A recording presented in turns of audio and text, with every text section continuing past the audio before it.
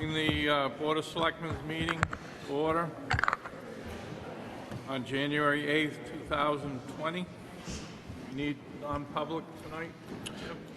We do under RSA 91A 3, Roman numeral 2, lowercase e, for pending or threatened litigation. Any consideration of minutes?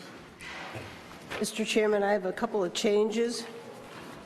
First one is on page 6, and it is the motion on that page, and it says ride sign on McManus Road for the trolley, and then it says coming summer, this summer, so it should say McManus Road for the trolley for this coming summer. Which minutes are we looking at? And then on page 30,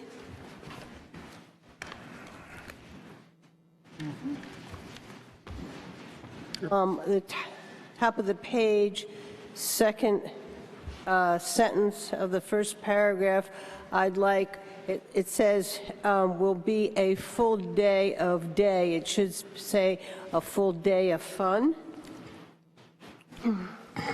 And then on page 31, when we're talking about the $19,932 for the community television, it should say, if this was approved, we would not need the capital outlay request, similar to what is written up above. It's not a reserve account. And 32, up at the top, Nancy Hirschberg was asking about the Warm and More Fund, and that was warrant article W, not Q. That's all I have. Okay, anything else on the minutes? I'll make a motion to accept as amended. Second? All those in favor? Aye. Aye. Anybody opposed? Okay, next on the agenda is a temporary event permit. Level Up Pickleball Camp to be held at Foss Field Pickleball Courts on August 28th, 2020 through August 30th, 2020. Mr. Chairman? Yes. I did some research on this. Level Up Pickleball is a for-profit camp, so it does not fit the criteria of a temporary event. I would suggest that the Board of Selectmen grant them use of the tennis courts, the time they're requesting. Park and Rec is going to charge them, I think it's $500, and we do it as granting permission on town property, not a temporary event. Okay, you making that a motion? I am. Second. Okay, any further discussion? All those in favor? Aye. Any opposed? Okay, next, the New England Chapter Antique and Classic Boat Society to host boat show at Town Docks parking lot, Cape Park and Gazebo on July 25th, 2020, 6 a.m. to 2 p.m. Somebody here for that? Would you like to just tell us what you're doing? State your name for the record too, please.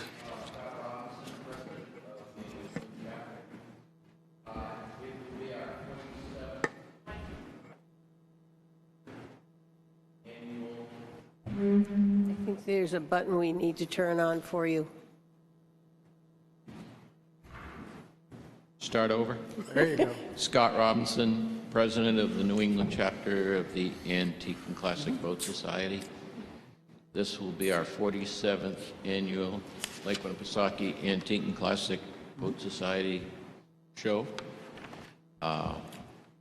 We have successfully been doing it here 4 years. 4 years. Very happy to be here. Other than that, I don't know what else you need? I don't know what else to tell you. The only thing that came back was having access to the fireboat. Pardon me?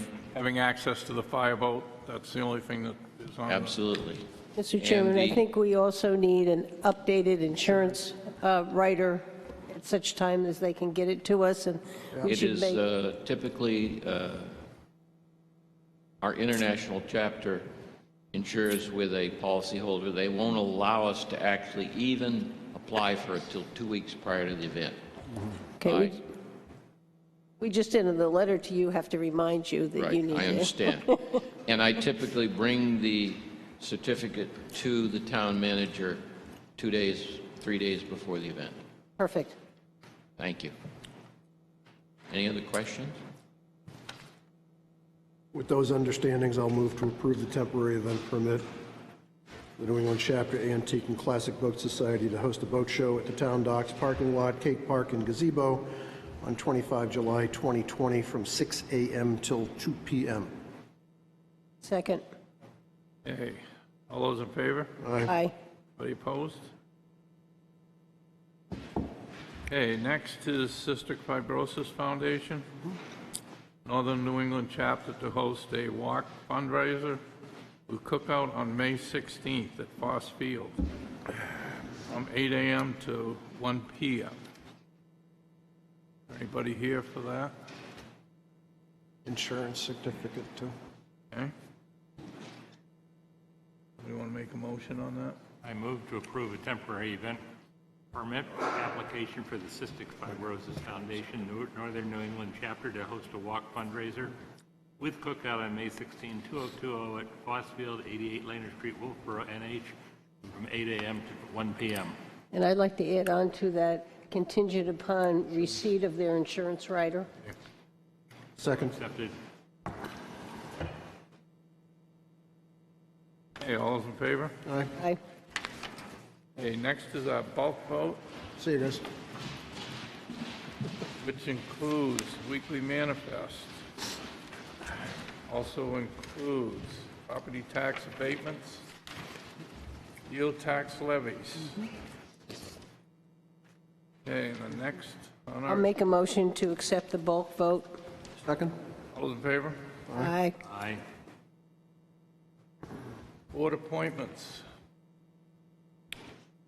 Ellie Roxby, Energy Code alternate member, term 2021. You happen to be here? Mr. Chairman, I think the Energy Committee had talked about these individuals being appointed, and so I would feel comfortable nominating or knowing that they came from the Energy Committee. Okay. I'll second that. Everybody in favor? Yep. Aye. Yep. Okay, the next one is Doug Smithwood for the Energy Committee, Same. I'll move to. member term 2021. You can see, I would say the same thing. Yep. He's been here other times. So I'll make a motion to nominate Doug Smithwood for a term expiring March 2021. Second. Second. okay. All's in favor? Aye. The new business, finance revenue expenditure report. Here he comes.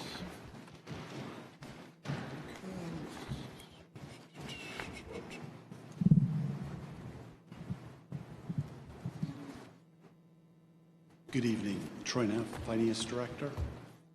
First, want to start off that in my memo on the cover page for the electric department, there was a typo, so we will address that now. As we look at our overall funding percentages for the end of November, the target funding budget rate would be 91.667. Our general fund ended up at 93.372%, or a negative variance of 1.705%. The water fund ended, their expense rate was 91.026%, so a favorable 0.641%. The electric fund, on your memo, I had written down that it was 59.374. It's actually 61.324. So that's a favorable variance of 30.343%. The sewer fund, the expense rate was 90.638%, so a favorable variance of 1.029%. Pop Whalen, expense rate was 80.999%, so a favorable variance of 10.668%. In the discovery, in preparing the memo and looking at various items, on the expense side, in the solid waste budget, there's about $18,000 worth of 2018 expenditures that were accounted for in 2019, and that's the result of an accounts payable run that occurred, and it did not get marked, those invoices for 2018 as opposed to 2019. It was discovered in the early part of December. We reached out to our auditor to see, since the audit had already been issued, if there was any way that those expenses could get moved. That was not an option. So the solid waste is going to carry close to $18,000 worth of expenditures of their 2018 in 2019. As a result, there's a process. There was a process breakdown. So we're being very diligent in the finance department of running two separate manifests, having invoices being marked clearly 2019 versus 2020, so that we don't have a repeating problem as we open up the budget for 2020.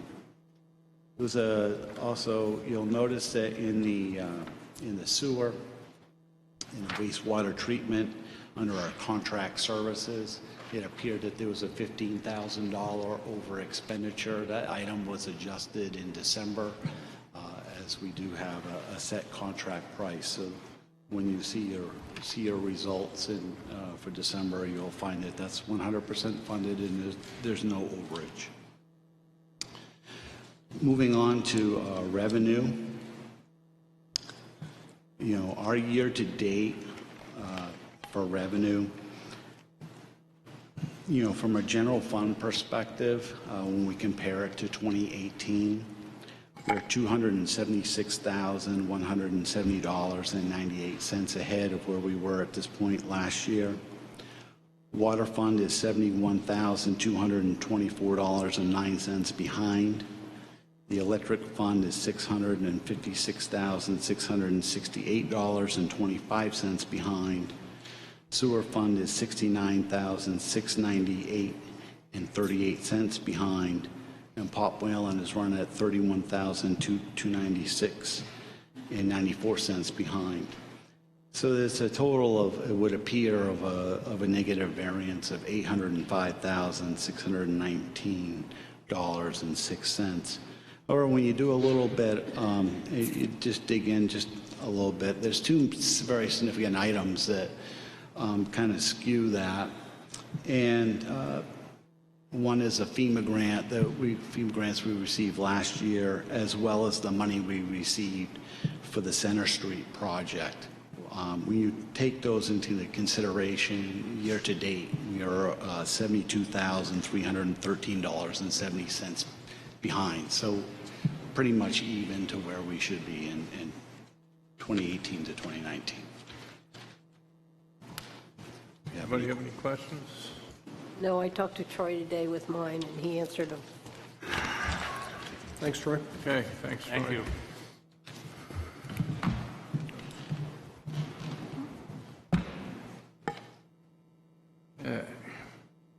Next is Abenaki Recreational Area Fat Bike Policy Adoption.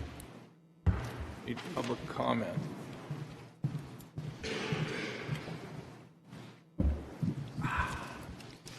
Evening, members of the board. My name is Matt Sullivan, Director of Planning and Development. I'm here this evening to present a policy for the shared use of a selection of trails at the town-owned Abenaki recreational area for a pilot period of 1 year, that being 2020. But before I talk about the policy specifically, I want to start by thanking two specific parties, though they're numerous in individuals. The first is a small working group that I had the pleasure of working with over the past really year to come up with this policy draft, a few of which are in the audience this evening. And I also want to particularly acknowledge and really thank the Wolfeboro Cross Country Ski Association for 50 years of countless volunteer hours and time maintaining the existing cross-country ski trail network that exists. And it's because of their dedicated care and maintenance of those trails that I think thousands of hours of enjoyment by individuals has been appreciated. So I wanted to start by emphasizing that. The impetus for the formation of this policy were specific concerns that were expressed during the 2018 to 2019 winter season. In particular, there were conditions that were created as a result of fat biking that members both of the Cross Country Ski Association and the town were very concerned about. As a result, the town was asked to weigh in on and identify a solution for the shared use of the trails, or at least discuss the use of the trails, and ultimately this policy is what resulted from that conversation. Again, in response, a small group of individuals were convened, which were intended to be, and I believe were representatives of and conduits to much larger groups of stakeholders for the trails that are out at Abenaki today. The group had several conversations, again, over the last year. They were very productive. At times, we did have disagreements, but ultimately the policy that's in front of you does represent a consensus of that group, and I appreciate the fact that several concessions were made by the stakeholders involved. I would emphasize that as of today, there's no formal usage policy for the Abenaki recreational trails, the town-owned piece, obviously, from the Board of Selectmen. This would be the first step in a direction of doing something about that. And therefore, as a result, the town has no ability to enforce any usage today. We have no policy upon which to stand. In the same way that you have a beach policy, we have no such policy about the Abenaki ski area. This policy is viewed as what I would say a short-term solution to allow for the development of a long-term plan for multiple uses to coexist at that Abenaki recreational area in harmony. With that said, I do just want to cover the basics of the policy. For anyone in the audience that doesn't have a copy of the policy that the board has in front of them, there are copies up on the stage right over there. I know a few folks grabbed them when they came in, but if you don't have a copy, there's one right over there for you. I don't intend to read each item of the policy. I want to quickly go through it and summarize, but I'm happy to answer questions about those specific items.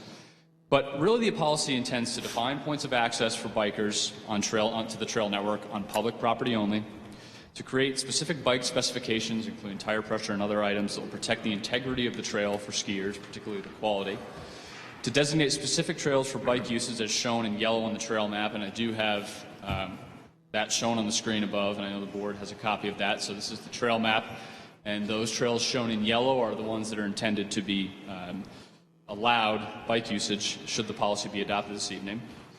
To define specific use restrictions on the bike use trails to protect the safety and integrity of the trail for skiers, such that they'll be, and one example of that is obviously the prohibition within the policy of biking on the classic ski tracks, which would have a very negative impact. Additionally, the policy defines closure procedures and appropriate conditions for riding, which are really predominantly weather dependent. It creates a ticketing and a pass purchase structure. It identifies an enforcement entity and a penalty when the conditions of the policy are not followed. Obviously, and the board had requested that a responsible entity be identified, which it has. And it also creates an amendment and a regular review process policy with the selectmen. I'm going to circle back to that in just a second, but those are really the primary objectives of the policy. I want to just emphasize that this policy is intended to really empower trail users to both inform and help the town enforce the regulations that are in it. We are counting on members of the public to inform us of issues as they arise, and I would emphasize the fact that 2020 is the year in which we intend to collect data about how these uses really coexist if the policy is ultimately adopted. We're counting on all of the users, whether they be skiers or bikers, to be good stewards of their sport respectively, many of which we recognize are participants in both sports. So we hope that they're good representatives and that they follow the tenets that are presented within this. And I want to emphasize again that this is part of a long-term plan to ultimately provide an exclusive trail network both for skiers and for bikers, with the exception of a few connecting areas that I think do need to be addressed. And that is a plan that we hope will be undertaken during 2020, and hopefully there'll be a long-term solution in place by 2021. With that said, I've had the opportunity in the last 2 weeks to speak to quite a few stakeholders about the policy. I've heard a lot of concerns. I want to thank those who reached out to me directly and I had a chance to talk to for sharing those. I think they're all very legitimate, and many of them centered around the concept of safety for both of the users and ensuring that speeds are respected and that there aren't conflict points presented as a result of what's proposed.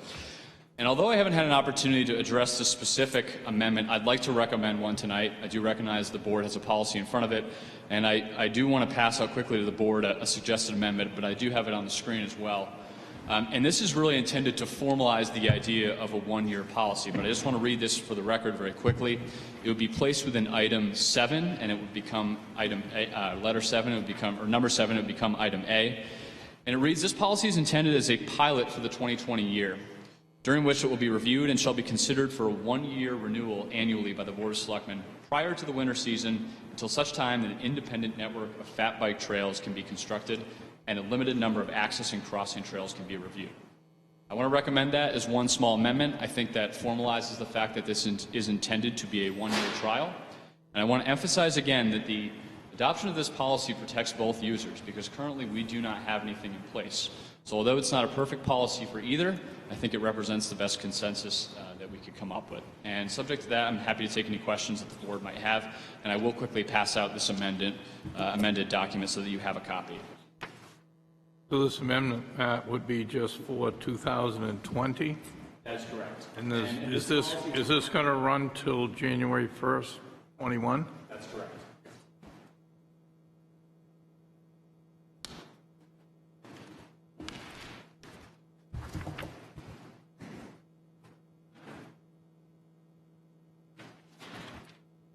Thank you.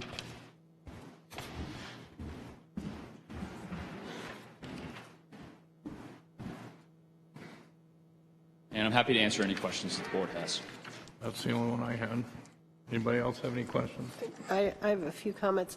One, I want to thank Matt for getting that somebody designated who'd be able to either do the fine or take the pass. I think that was very important.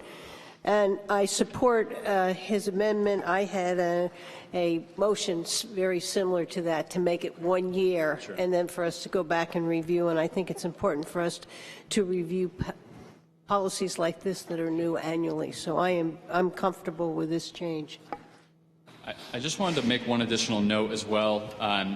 I wanted to present to the board that if any immediate safety concerns were recognized in the period until the policy is scheduled to be revisited, we would like the latitude to address those concerns immediately. If there's something where there's a conflict point, where we've had an incident, it may be something that wouldn't require an amendment to the policy, but we want to ensure that if there's an immediate issue, we have the ability to resolve that with the parties involved. I would like that noted to the Board of Selectmen, because we're going to be having to redo the policy if that's the case, and we should know if we've got an issue out there. Absolutely. You will be briefed on it, but just in the event that it happens in the next week after this policy is adopted, we don't want to have to come back for an amendment if it's an immediate safety issue. We just want to be able to resolve that as soon as possible if it arises. Chairman, I agree that this should be a one-year policy, and I thank you for doing this, Matt. I'm not trying to be mean-spirited here, but on two pieces of paper, there are 7 trails that are restricted, there are 10 things you can't do, and there is a discussion of fines and penalties. And I think it's probably appropriate that you have to do that to, kind of, whatever the right word is, get some attention. But there's a lot of language here about what you can't do. And I'd encourage us to spend a year with this policy, learn from it. There's also a question I would have about how do you enforce any of this stuff, but that's a different discussion. Learn from it and then maybe come back in a year and tell us what we can do. Okay. Because I think that should be the bias. That should be we should be leaning on what's permissible as things to do. Okay? But thanks for your effort in this. It is appreciated. It's overdue. Is there any further discussion? And I do know members of the public are interested in speaking as well this Do evening. people want to speak to this? With reference to the, Policy are available right here. If you'd like to grab a copy, I'll leave them right next to you. Sure.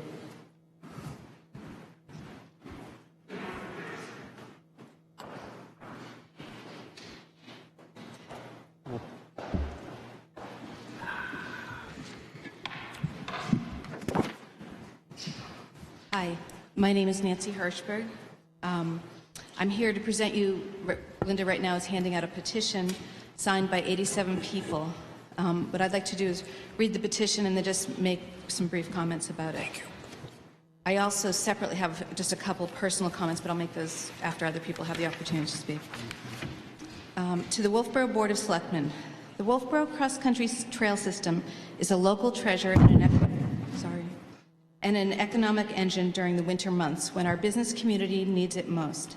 Non-skiers might not be aware that with several thousand ski days annually, the spectacularly maintained trail system is one of the most popular winter activities in Wolfeboro and is enjoyed by young and old. On any winter weekend, one will find visitors from throughout the Northeast and beyond who come to enjoy our beautiful, meticulously maintained Nordic trails, often also partaking in our local restaurants, cafes, hotels, and other accommodations. Locals use the trails daily, including the Kingswood Nordic Ski Team, which has produced some of New England's top skiers. The Wolfeboro Cross Country Nordic Ski Trail System has won the numerous accolades, including a New Hampshire Magazine editor's pick as Best Cross Country Ski Deal, leading the pack with community-run, family-friendly, affordable, and beautiful cross-country skiing, and cross-country ski village of the Lakes region. The trails that make up the system at Sewell Woods and Abenaki were built and maintained over the past 50 years by volunteers with privately raised funds. Hundreds of thousands of local dollars have been invested in equipment, design, construction, and maintenance. Thousands of hours of work went into piecing together a public-private partnership with many private landowners. It is a model of the kind of economic and recreational development between the public and private sector of which we should be very proud. Attributes that make the trail system so special include the beautiful setting, the length of the trail system, which allows for a wide variety of topography, and most especially, the meticulously maintained quality of the trails for both skate and ski, and classic Nordic skiing. It is arguably the finest Nordic ski center in New Hampshire, south of the White Mountains. The town of Wolfeboro has proposed a new policy which would allow fat tire bikes on selected Nordic ski trails within the Abenaki trail system with specific use restrictions. We, the undersigned, are deeply concerned that this new policy will adversely impact the Nordic ski trails and open the door to many other exemptions that will ultimately destroy the experience and success that has been created. We wholeheartedly support the allowance of fat bikes on town-owned Abenaki property, and are pleased that, like the Nordic ski community, the bikers, Wolfeboro Single Track, are organizing to build and maintain new trails on town-owned property for their use. For issues of safety and quality of the trails, however, we do not support the Nordic ski trails being used for winter fat tire biking. Currently, the Nordic ski trails prohibit many activities during the ski season, including pets, snowmobiles, walking, or any other activities that will damage the groomed ski trails, create a safety hazard, or interfere with the experience.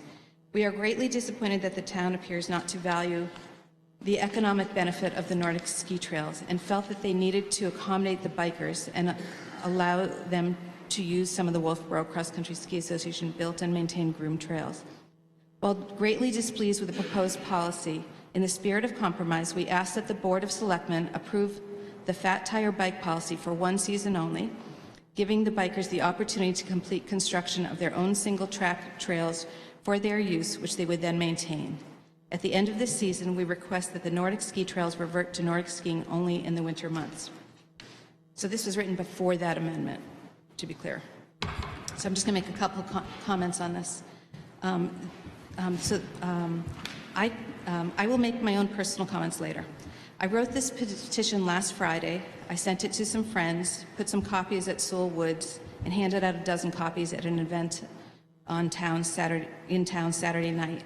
And while I was skiing on Sunday, I did stop a few skiers to hand it to them as well. This was not sent to hundreds of people on the Wolfeboro Cross Country Ski Association list. It's not intended, I didn't write letters to the editor. I just wanted you to see to get a sense of the high level of concern from the Nordic skiing communities and others in town community.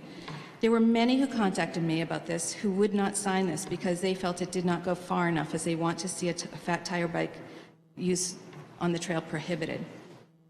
I can safely say that virtually everyone who signed the petition agrees with that and would rather not have it, and I told them that I would express that to you, but that is not what the petition is asking. The reason that I wrote the petition encouraging that the policy be approved for one season instead of simply not approving it for the reasons that Matt explained. The town currently has no policy and no agreement in place that addresses usage of the Nordic ski trails by fat tire bikes, so we need something immediately. It's important to me, though, that everyone understands the history of these Abenaki Nordic ski trails. They were built about 50 years ago by the Nordic skiing community and have been maintained by this community every year since then. Virtually every dollar that has gone into building and maintaining the trails has been raised by the Nordic skiing community. There is one exception, and that is a small section of trails from Abenaki to the power line and in Sewell Woods that a separate nonprofit raised about $300,000 for to enhance the trail surface to increase accessibility for walking and gentle biking in the summer. That means the Nordic skiing community has raised hundreds of thousands of dollars and provided thousands of hours of volunteer labor to create and maintain these high-quality Nordic skiing trails. No Wolfeboro tax dollars have gone into these trails, although there may have been a culvert or two donated or something over the years, and in the mid-'80s, I think the town did groom them for a short time. The Wolfeboro Cross Country Ski Association funded, constructed, and maintains the Abenaki Nordic ski trails as a recreational and economic benefit to our community. In the off-season, when there's no risk to the skiing and groom trails, they are used by runners, bikers, hunters, dog walkers, everybody. It's a model of private-public partnership. This petition is not anti-fat tire biking. I have not heard a single negative word from anyone about fat tire biking in general, and not one person suggested that they should be prohibited on town property, including Abenaki. The objections to the policy are about fat tire bikes being on the Nordic ski trails based on three key concerns that have been expressed to me by the signers: safety, quality of the groomed trails being negatively impacted, quality of the experience, and consequently the economic resource being negatively impacted. I will not go into detail regarding each of these concerns, as I've no doubt others here are going to do that. And finally, because of a comment made at the last Board of Selectmen meeting, I must address the public's involvement to date. It's important that you understand that it is only in the past few weeks or so that the Nordic ski community has become aware of this proposed policy. The Cross Country Ski Association is not a membership organization. It is a small local nonprofit that developed a top-notch Nordic ski area for the benefit of all residents and visitors in the local economy. It is governed by a board of directors that are appointed, not elected, because there's no membership. The users of the trail agree to follow the rules of the association, but otherwise have no connection other than buying passes or day tickets or giving them money or volunteering. These users are just now learning of the proposed policy because up to now there has been no public visibility of the issue. Naturally, they have concerns, which you'll hear tonight, and you see in the petition. Thank you for considering the petition as you deliberate. As I said, this was written before Matt wrote that amendment, which addresses, in my opinion, I can't say that for everyone, people who signed it, but for me, addresses many of the concerns expressed in the petition, and I will personally address those for me later. What does Steve Flagg think about this? Steve's here, so isn't Steve here? Yeah. So he can speak to it. I don't want to speak for him. Okay. He's sort of the oracle of this situation. He is. Thank you. Thank you. Thanks, Nancy. Thank you. Anybody else want to speak to this?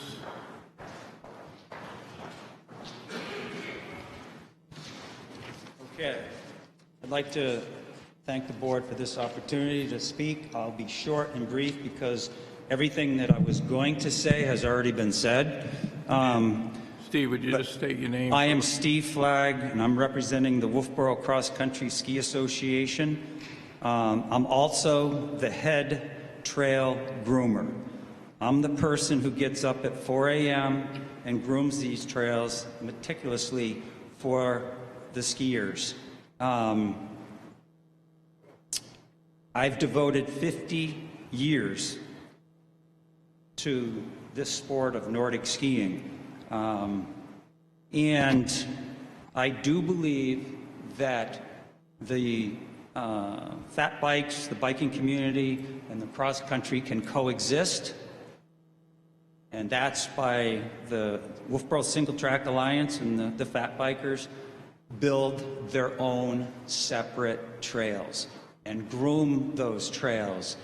And we, the Wolfeboro Cross Country Ski Association, have no problem with them crossing our trails, but it's not a good mix of having fat bikes and skiers on the same trail.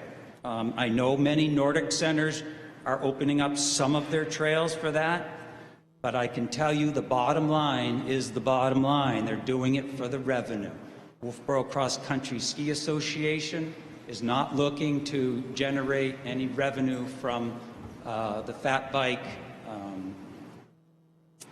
crowd. So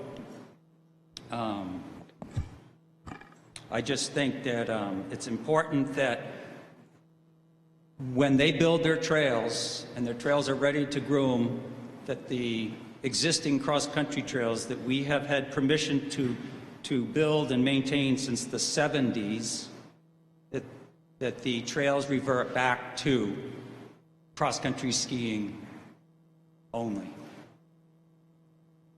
I think that's pretty much it. Thank you. I have Any questions? I have a question. Were you contacted or have anything to do with this fat bike policy? Did you know it was coming? Yes.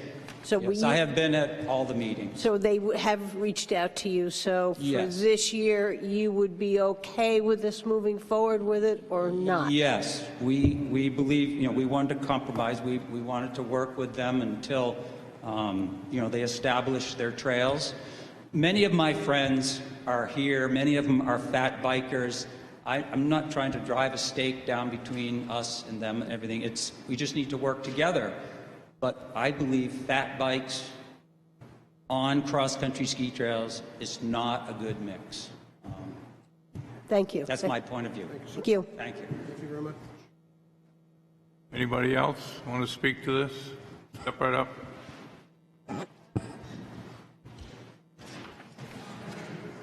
Thanks for bringing your credentials. My name is Grigory Petrov. I'm a taxpayer in Wolfeboro and signer of the petition. The nature of my job allows me to live anywhere I want. I work in software. The number one reason why my family lives in Wolfeboro is the wonderful winter and Nordic trails.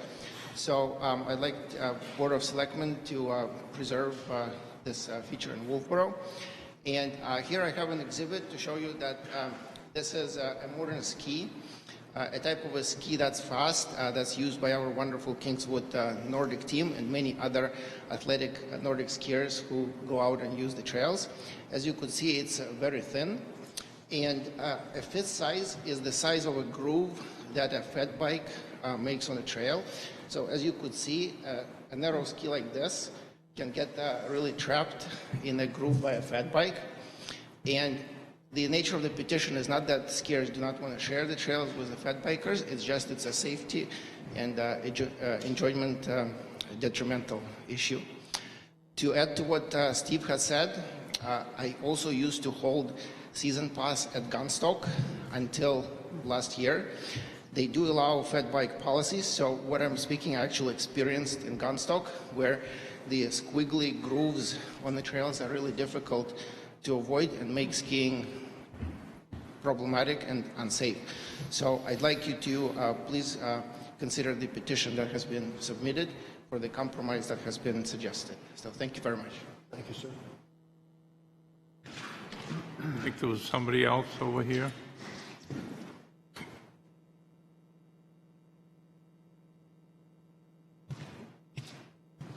Hi, my name is Bobby Budman, and I'm here as a concerned citizen for safety, but I want to give a little caveat that I also am a recreation professional and have been, and I thoroughly approve that we need to have fat biking in our town. we should promote it, we should encourage it. I just think the way we're going about it, there are quite a few safety issues. So I pulled up your meeting from December 18th and what you were proposing, and I think the proposing going forward right now needs to be tweaked if you're even going to do this for 1 year due to safety issues. So I'm just going to go quickly through what you proposed for tonight on your meeting minutes for January 8th. The biggest one being in Section 1A, Abenaki Lodge Complex. If you look up on the map behind you, we have a big downhill ski area there. And if anyone, first of all, can I just ask a quick question? How many of you who are approving this have ever been on these trails that we're talking about? So you've all skied them? Not all of them, but some of them. Okay. So when you go over to Abenaki Ski Lodge, most of us will see that we have a lot of little children who ski there, and I don't know if any of you have ever come out those ski trails, but I know as a skier, I have been hit by numerous little children, and I'm a person. So I kind of bend and I go down, but when we're bringing bikes through there, that's not quite forgiving for a 3- and 4-year-old who are coming flying down that hill. So if you look at Home Run Trail behind, if we are going to have the Abenaki Lodge complex in that, we really have to have the bikes go behind the lodge if they're going to enter and not in front to get to Home Run Trail, if you're trying this out for a year.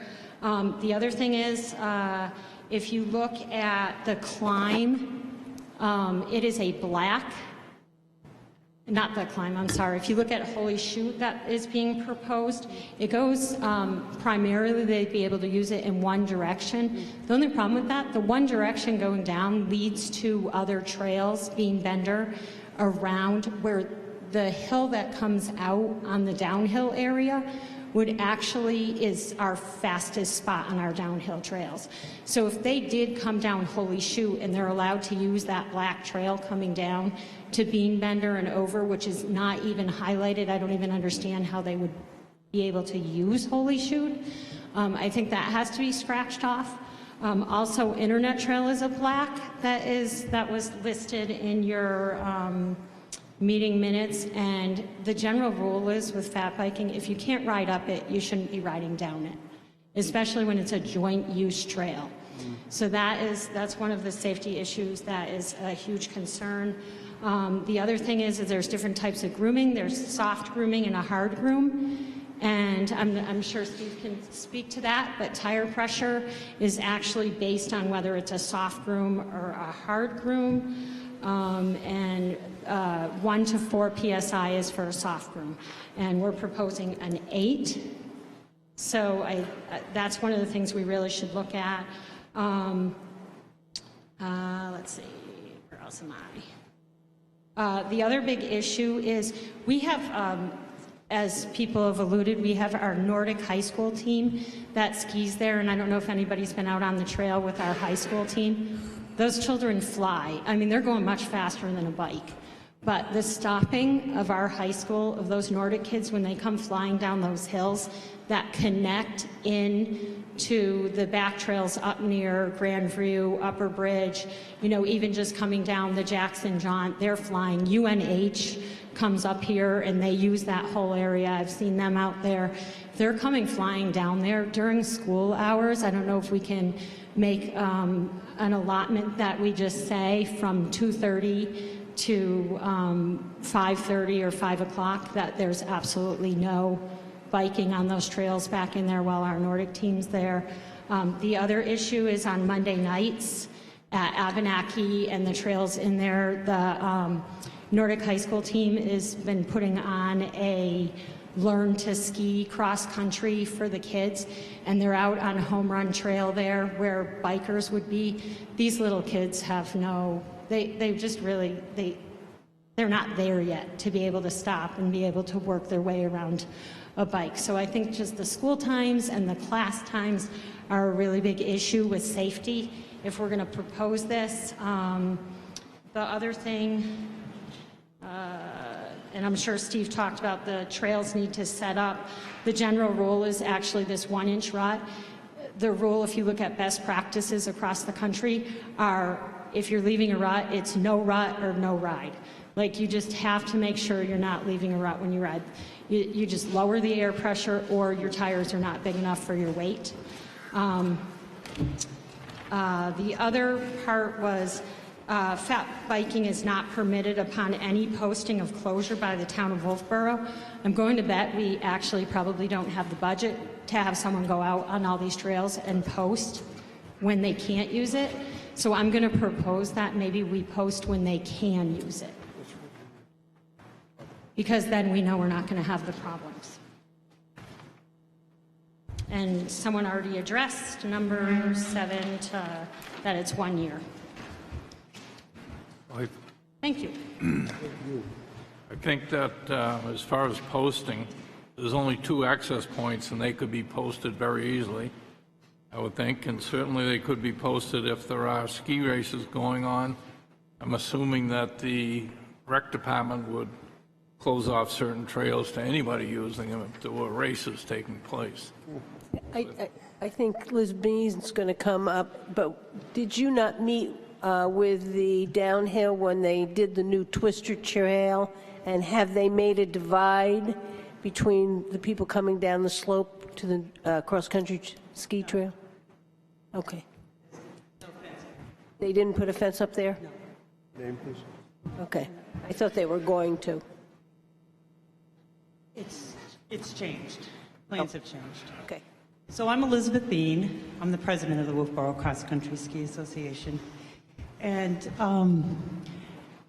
to let you know a little bit about the history, the town had been challenged about the use of the cross-country ski trails, and then the town came to us asking us, actually challenging us if it could be done, that fat bikers could be allowed to share the trails. So we reviewed how complex it is, because it was believed by many that this was all town land and on the Abenaki system, but it's not all town land. There's a lot of private landowners, and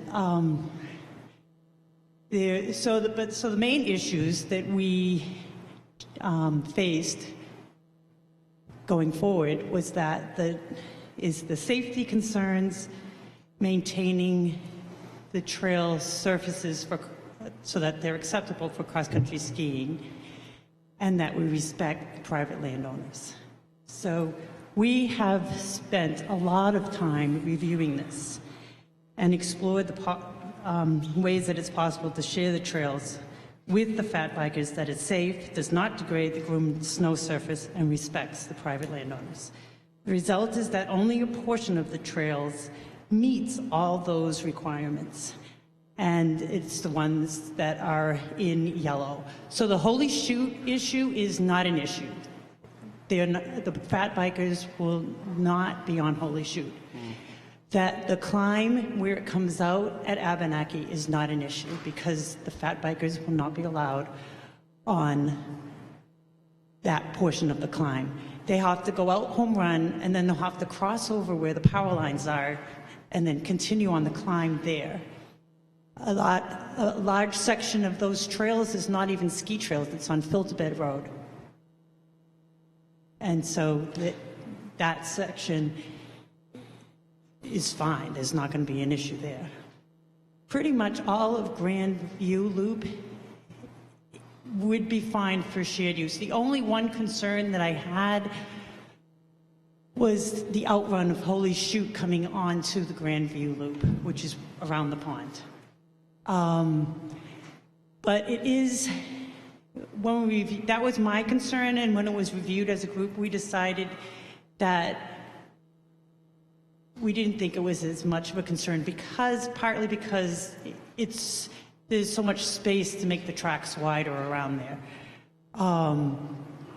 A solution to that, if we need to, is that we could require cross-country skiers to use Holy Shoot one way. But we don't want to do that this year. In our trial year, we want to see how it works without doing that. So the result, cross-country ski trails and the meticulous grooming to make it so skiers can go fast is way overkill for fat bikes. you know, I want to provide something for them, but I don't think that I don't think it's going to attract a lot of interest because there's other options for fat bikers to do that's free. They don't have to pay for the service. All they need is a packed trail. They don't need this meticulously groomed trail.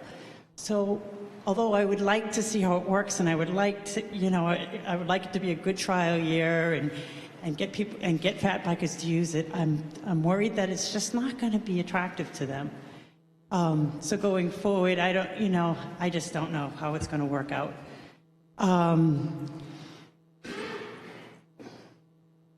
In addition to the restrictions, fat bikers would have to meet specifications, and users would have to stop using the trails if they sink in, cause ruts, etc. There is also other trail etiquette which would need to be obliged, such as staying out of the classic tracks and yielding to skiers. When we met with the town administrators, they agreed to almost everything that we asked for. And by creating policy, we get the benefit of averting abuse of the trails by other users, and having that sort of written into policy. The Cross Country Ski Association has given this matter a lot of thought and time, and we hope to maintain an amicable relationship with the town administrators and other recreational groups. And we would prefer that the policy passes on a trial basis and is reviewed on at least an annual basis.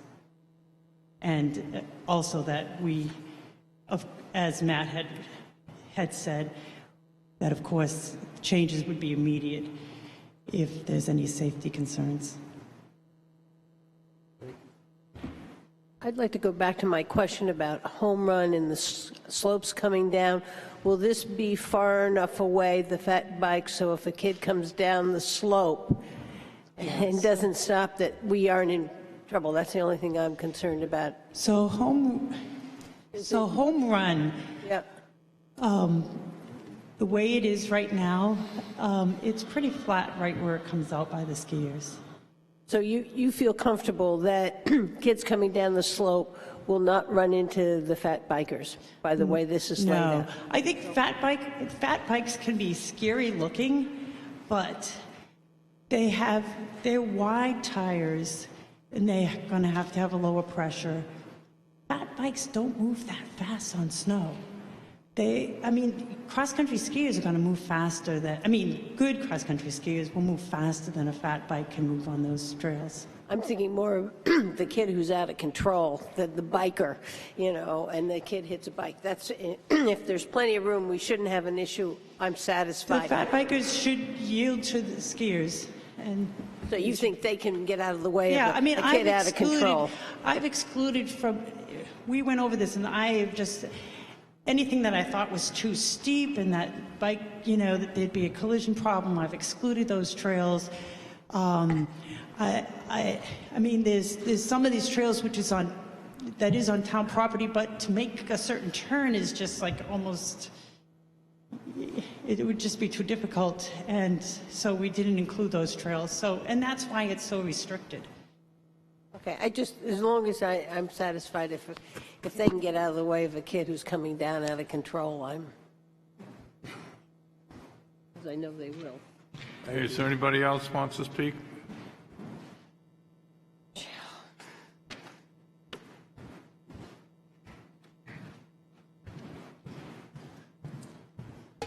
Good evening. I'm Michelle Rafalowski. I'm a skier on the Nordic ski trails. I've tried fat biking once and was totally not thrilled with it because Liz is right, it's really slow. So I have to step up and say I live near the trails. I see cars coming up onto Pleasant Street because it's so populated in the Sewell Woods trails, and I know that Abenaki is absolutely gorgeous. And I'm really impressed with the collaboration that has happened between the fat bikers and the skiers, and applaud their efforts to try and come to a happy meeting place. I want to talk about something very separate and seemingly unrelated. About 30 years ago, snowboarding came on the scene. And you might be one of those people that were saying, hell no, we're not letting snowboards on the slopes, they ruin the snow. And when I was in college, you actually had to get a license to use snowboards because people were afraid they ruined the snow. And now there's probably as many, if not more, snowboards on the slopes. It's about changing culture. And because we have a new toy on the scene, we need to accommodate changing culture. So the fact that this is a trial period is wonderful. It's helping people figure out what nuances need to be navigated to make it work. We are, the town of Wolfeboro, is becoming a mecca for fat bikes. The trails are expanding, and I know people are coming expressly for this purpose. So to have this trial period is amazing, and to be able to regulate it and respect private landowners, to try to navigate the intricacies of different sports coming together in a single place, absolutely important. And if practices or races were happening, it makes absolute sense to not allow other sports to happen. So it's important just to embrace change. Change is hard, but to navigate the nuances and establish that culture that's right for Wolfeboro and the fat biking that happens here, absolutely. And again, I applaud all people involved because the collaboration that's brought us to this point is pretty significant. Thank you. Thank you. Thank you. Anybody else wish to speak to this? Move on up. Hi, good evening. I'm Dan Coons. I live on Point Sewell Road, which, as some of you know, I know Dave likes to call it Pointy Sewell Road, but we abut Sewell Woods. I have to tell you, it is one of the true treasures of Wolfeboro. It's just a wonderful place to live, and having those trails right out the door is amazing. I am an avid cross-country skier. I'm probably out there 4 or 5 times a week. I'm also a cyclist, and I have a fat bike that I got a year ago, and I just love it. And I'll ride it a couple of days a week, but I'm not out there all the time, and the conditions are not always right for biking. I know that the petition says that not only that people come to Wolfeboro to ski, and I certainly am aware of that, but people also come to Wolfeboro to fat bike. It's people our age, and it's younger people. And to be quite honest, I think this town needs a younger demographic than myself. I'm kind of afraid what's going to happen at the next census and how old it shows that Wolfeboro has become. But anyway, certainly a lot of money and an effort has grown into building the cross-country ski network in Wolfeboro. But as was pointed out, several $100,000 was raised to put in stone dust specifically for biking in Wolfeboro and getting people off the roads where they could feel comfortable riding through the woods.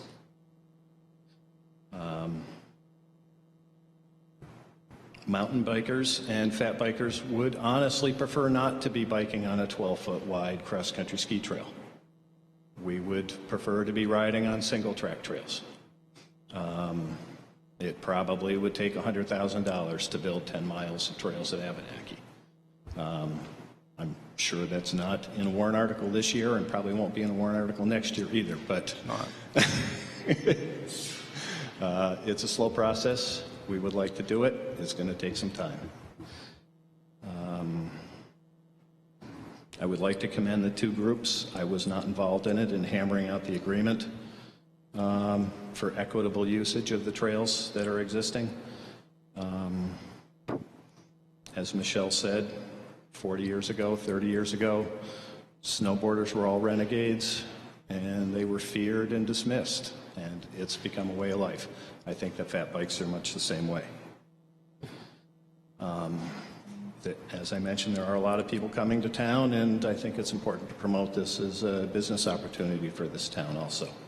Not to mention giving younger people an interest in living here and giving them something to do that's more to their liking. I do understand the concerns about safety, but I think it's much ado about nothing. I think that bikes are much easier to control than skis are. Stopping when you're skiing down a hill on cross-country skis is more of a suggestion than it is a command.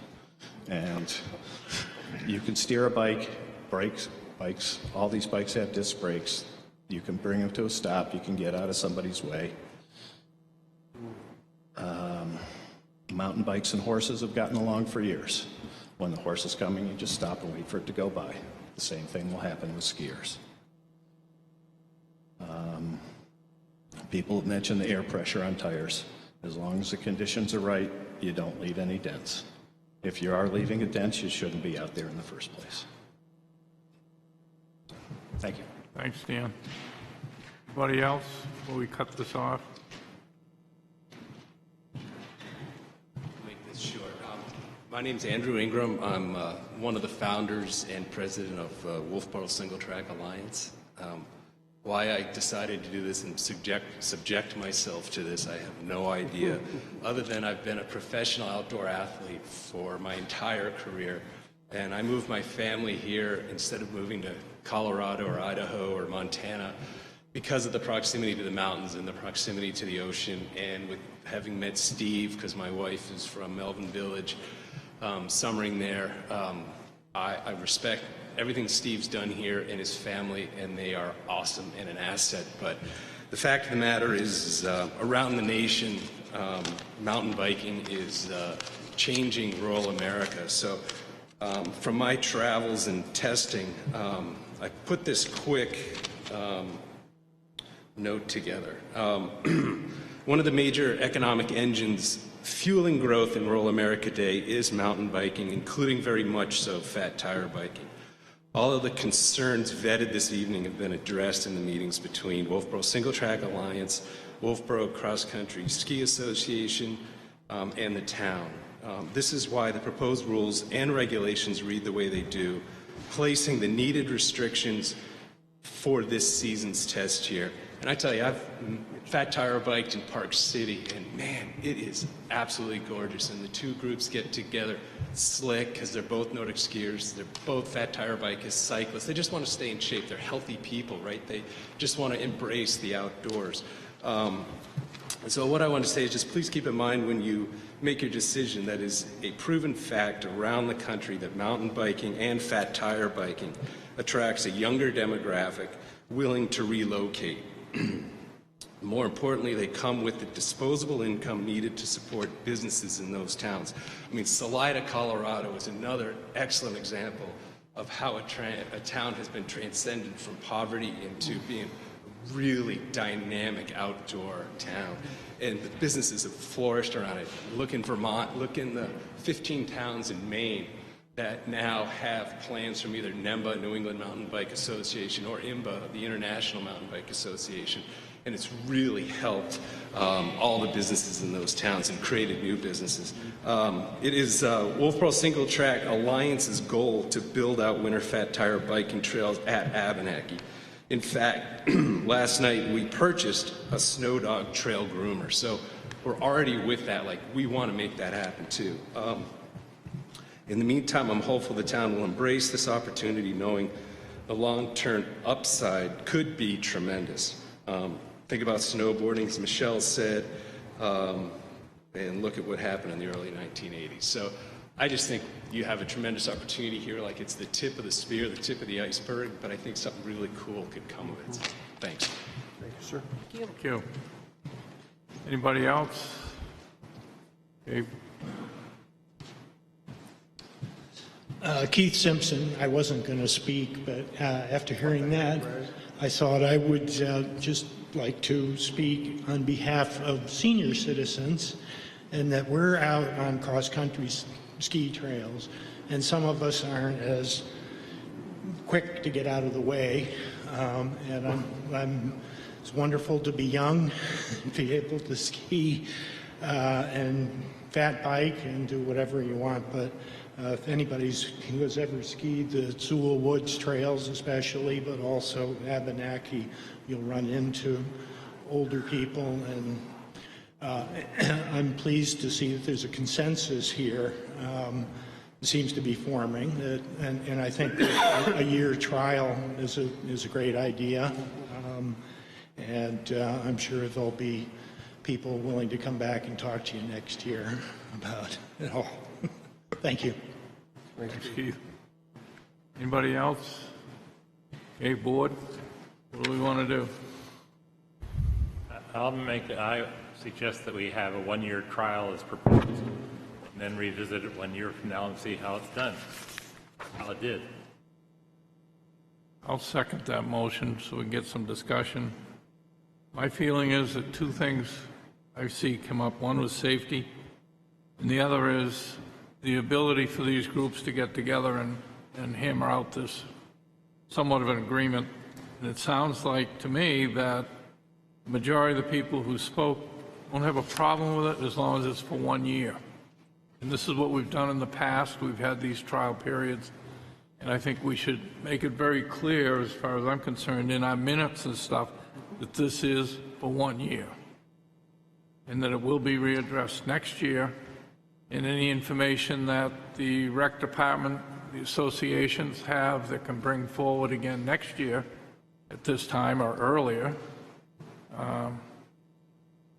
Granted, we haven't had a lot of snow this year, but still. I think that we make it clear that 1 year, as Matt has amended his amendment on the back, number 7A, of what the motion might be. David agrees with that. I think that's what he basically said. So, is there anything else from any of the selectmen? Wish to add anything or discuss anything? The only thing I would like is that the minutes reflect that we're talking about the January 8th, 2020, which is an amended policy, and that's what we're adopting, and I'm fine after that. That's what I wanted to make clear. I just want to make sure it's in our minutes. Okay, all set with that? All those in favor of the motion? Aye. Aye. Anybody opposed? Thank you, everybody that spoke. Thanks, everybody. Gave an opinion. That's what we like to hear. Very collegial. Okay, next on our agenda is New Hampshire DOT. Discussion of reduced speed limits.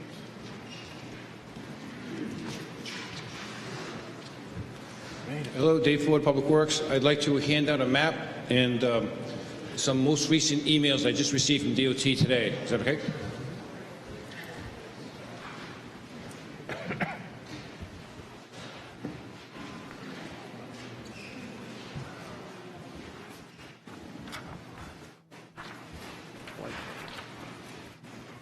Amazing. This is the last one. It just came in.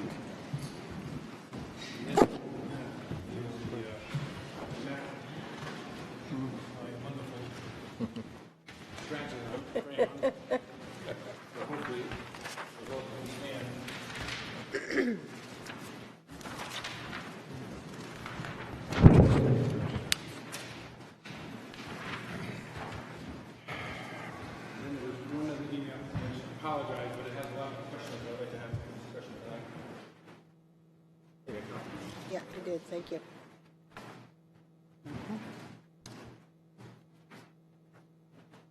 Thank you, Dave.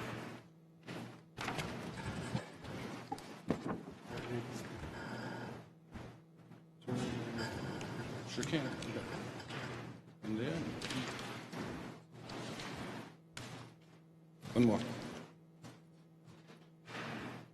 Okay, so what we're talking about tonight, just to back up a second, is back in August 21st of 2017, I wrote a letter on behalf of the town and the Board of Selectmen requesting New Hampshire DOT to reduce the speed limit on Route 28, also known as South Main Street, from the 40-mile-per-hour section to the 30-mile-per-hour section from Waltz Lane to Coe's End Road.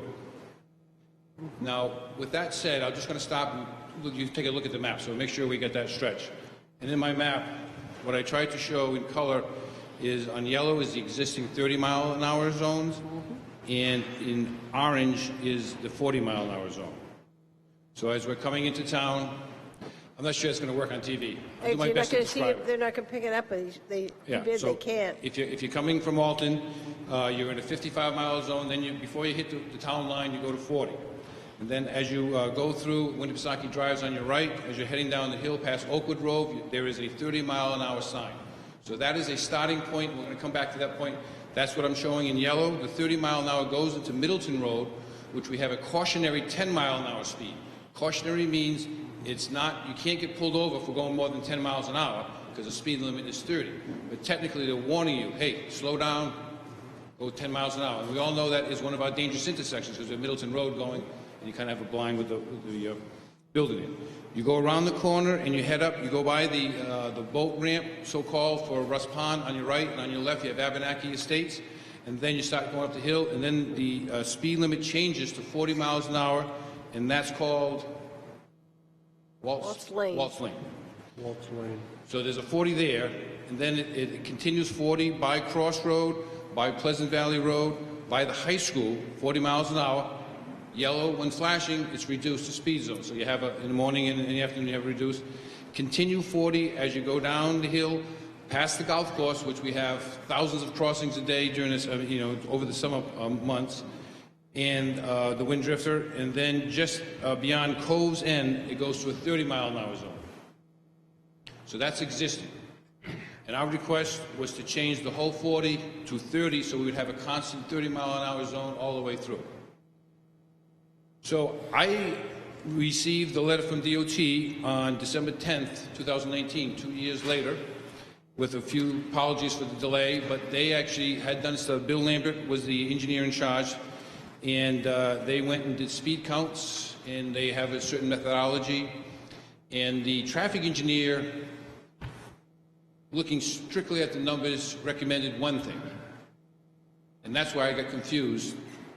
He recommended that you increase the speed limit from 30 to 35 as you come into town. So instead of it going down to 30, you're going to be at 35. You go through the Middleton intersection with the cautionary, and then as you come out, you still would have a 40-mile-an-hour zone, and then it would turn to 35 after Pleasant Valley Road, and as you go by the high school, and then 30 coming down. So basically, the traffic engineer said, we wanted all 30. They said, no, we're going to go 35, but we're going to take half the 40 and change that to 35, which didn't make a lot of sense up and down. And then when you read Bill Lambert's letter, he acknowledges that, and then he goes on to say, I'll recommend all 35. So I get that, and that's what the second letter is, because I asked the question, I'm confused, which one is it? So he says his recommendation is that the total 40 would go to 35. And then, so it kind of makes a little bit of sense when you're coming to town, you're at 55 on Alton, you go to 40, then you go to 35, which still seems awfully high to go around that Middleton Road corner. But the reality is you have to slow down. And everyone knows they have to slow down. So that 35, but as you're coming into it, people are going to go the speed you feel comfortable with. And then as you come out of it, if you can keep them at 35, going by Russ Pond and Abenaki, and then coming up to Pleasant Valley Road, and then specifically all the time at the high school. To me, McManus Road and high school should be a slow-down zone. So in their letter, they are asking for our concurrence, and I think the DOT, whether they're busy or what, but we really want them to put their textbook, what they call the Green Book, and all the manual on traffic control aside and use the context-sensitive solutions and say, hey, look at this. We're asking you to change the way you look at the problem. We're considering this really a whole rural residential or a business district that needs to slow people down. So with that, I asked if we could look at traffic calming measures, which at another point, DOT is doing an overlay before the major project. So in 2020, we're going to have an overlay from Pickering Corner out to Alton. At that point, we could do some traffic calming with regards to the striping, making the fog lines, pulling them in, and potentially with some signage. We could work with our police for targeted enforcement, and we could invest some money in doing the signs that actually show you what your speed is. So if you're doing 40 and it's a 30-mile zone, it tells you, flashes, and then when you get to 30, it says thank you. Those signs they could be moved around, and they're not that expensive. So those are things that I suggested, but those were only my thoughts. So tonight I wanted to have you, the board, to kind of look at it. There is a specific question in front of you. Do you accept his recommendation? Or do we want to come back and ask for a little bit more conversation, dialogue? But there is a schedule because we'd like to get things moving quickly, so we could do it as early as this spring, if possible. His recommendation was waiting until 2023, when we do the 2024, when the major project is done. So Dave, to summarize it, the proposal from DOT is 35 all the way to Coves End Road?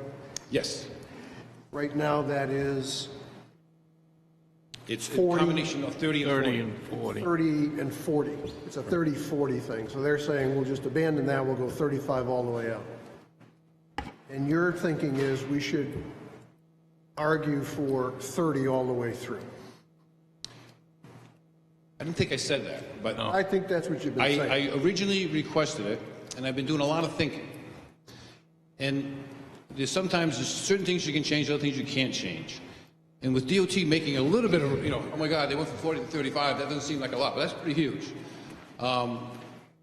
I would like to have the dialogue and have some further discussions about speed in this area because of the other significant issues we have, which is the golf course. And I would like to see the speed going by the golf course at 30 and the high school at 30. But I was driving again today because I was looking at it, and I'm driving 30 miles an hour coming up Waltz, by Waltz Lane. That seems awfully slow.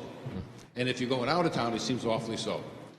So I'm kind of, as I'm talking to you now, in my mind, I'm compromising. Thinking, you know what, maybe 35 might be the compromise speed, but we need to do additional traffic calming to get people to feel a little bit more uncomfortable so they slow it down. That's what, making the roads a little narrow, reminding them of the speed, because we all do it. You have a nice car, Dave, you got a brand new, whatever it is today, but you're driving down the hill, you don't realize it. The car just is so comfortable. You get the music on, you're doing 45, 50 before you know it. It's a 30 miles speed limit. And that's why those signs that remind you, oh my God, I'm 15 miles over the speed limit.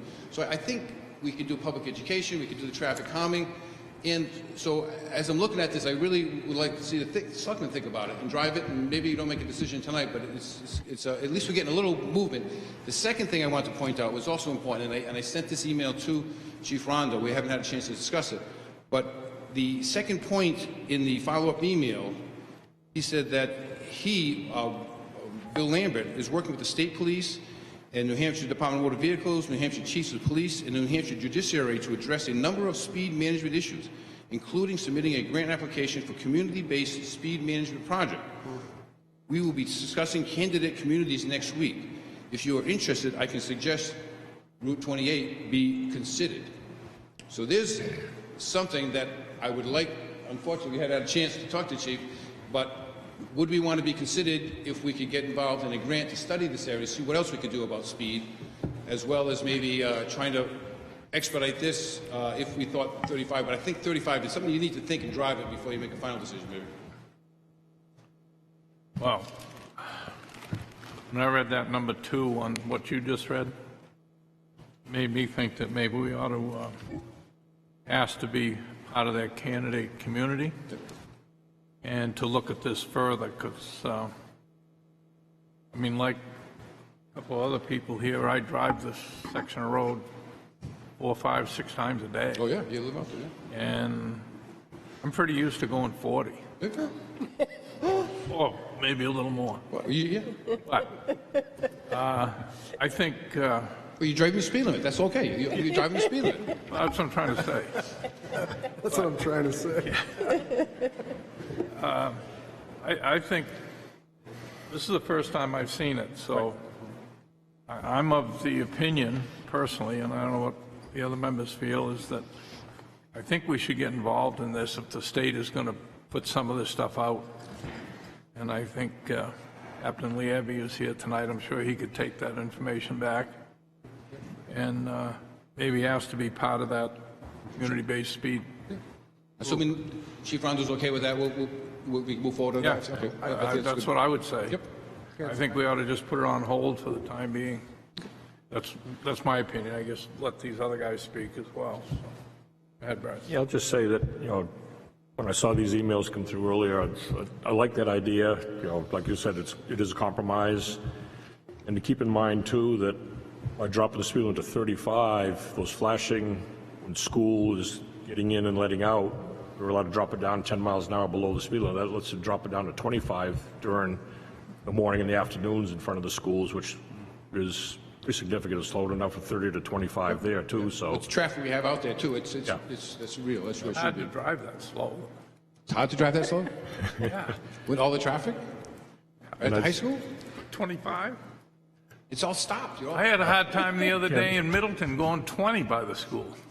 That's why we're going to get the sign Am that I says, moving? Dave, slow down. Yeah. Dave, slow down. I just want to comment, too, on those signs. There was one last year, I think it was, for a year or two, on North Main Street, as you're coming into town, below Oak Street there, that hit the flash one when you were...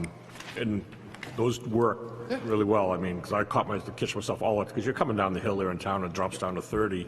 And like I said, everybody's rolling at 40, 45 there, and it gets your attention and get you slowing down before you get to Sewell Road and where the businesses all start there, the Wolfeboro Inn and stuff. So I like that idea too of the reminders and the education part of it. It's going to take people quite a while to adjust to a new speed limit, obviously. So, but I am in favor of this.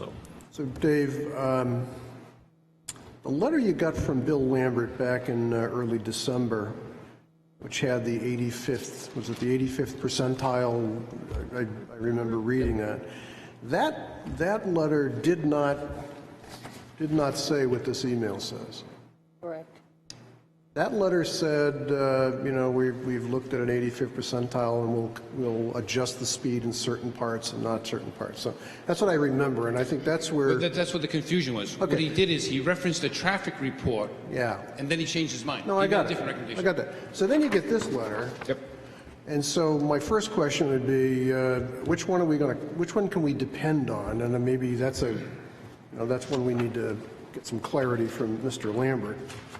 Which letter are we depending on? The 35 all the way through, or the letter with the traffic study that kind of bobbed up and down? Well, the traffic study, I didn't want to get into that because that's No, I kind of know, complicated. I know. But it's the 35 is what he is the one, the commissioner. So he's saying, okay, that's fine. The second is I've heard the chief and Captain Livy in more police commission meetings than I choose to count, that speed is an issue in this town. Now, that's a general statement, and if you get underneath that, and when the chief gives his report to the commissioners, there are specific areas in the town, and this happens to be one of them, where we have to keep paying attention to things. So if there's a bid here or an ask by Bill Lambert to get us involved, I agree. I mean, I don't think there's going to be any disagreement by the chief, and I agree, and with getting involved from the captain. Right? And I also agree that keeping on talking and building that communication with the state now, before we get to 28, I think we will be better off by building that relationship. You're right, and I'm glad you made that reference because I am copying there's a different set of engineers who are working on the Route 28 project, and we want them to be working on understanding our issues here. And at the same time, Brewster Academy has, I believe, contracted with an engineer, Stantec, our engineer, to engineer and put in a flashing beacon for their crosswalk. They feel so strongly, they have, I believe, raised the money, and they're going to do so. That's significant. And then we have all of Pickering Corner, which is going to get paved with this overlay. So I'd like to also talk to about maybe we can make that a little more organized to make that, again, we're not going to make anything big, but just the striping alone might be able to help people there. So why don't we say then we're agreement that we'll hold on an official decision with regards to the speed limit, but we will definitely accept their offer to be considered for the traffic speed study. And can I also continue the discussion and dialogue and maybe have a staff meeting with them to go over some of these issues with traffic calming? Yeah, I think we gained by that. I would like to see more communication. Okay, and then what I'll do then is bring this back at some point because they will want an answer. Right now, we're just saying we need to, but we'll hold off on an answer at this point. But we do want to be in part of it and continue our dialogue. Excellent. Thank you so much. Appreciate your time. Thank you, Dave. Thank you. Thanks, Dave. Mr. Chairman? Yes. I would just like to recommend that we make a quick adjustment to the agenda. We have got some young ladies here this evening, and we received just recently, a petition warrant article. If we could go over that particular article so they can get home at a reasonable hour. Sure. Sure. So, on January 6th, the town clerk received a petition warrant article from the Girl Scouts as an appropriation for the community center on Laner Street. She's gone through and ensured that the 25 registered voters were met by the young ladies. You may not actually have this in your packet because it came in We got it yesterday. the last minute. Yesterday? So this is the warrant article language by petition. To see if the town will vote to raise and appropriate the amount of $25,000 for the purpose of conducting a feasibility study for the renovation of the municipal electric generator building located at 22 Laner Street, tax map lot 217/071, into a community center with a commercial kitchen and 2 recreational rooms by petition, and the town clerk has verified they have the 25 signatures. So I'm not sure if somebody would like to speak on Somebody behalf want of to speak this. to that? Electric llamas. Nice to see you all again. I like the shirts. Thanks. Good evening. The Electric Llamas are pleased to see you all again. Since November, we have been busy. We have competed twice, earning a regional championship and a judge's award at the state tournament. We have discussed our project with more community members and organizations. We have altered our plan to better fit our community needs. We swapped our kitchen and game room to allow for more room and more accessibility for functions with food. In a discussion with a member of the Quilting Guild, we learned that in-floor outlets are required. Therefore, we amended with the larger downstairs space to have what they need. We downsized the kitchen after meeting with GALA, Global Awareness Local Action, and learning about their makerspace. We consulted with Bergeron Technical Services in Conway to get a second feasibility study quote. We feel that the amount we are requesting is ample.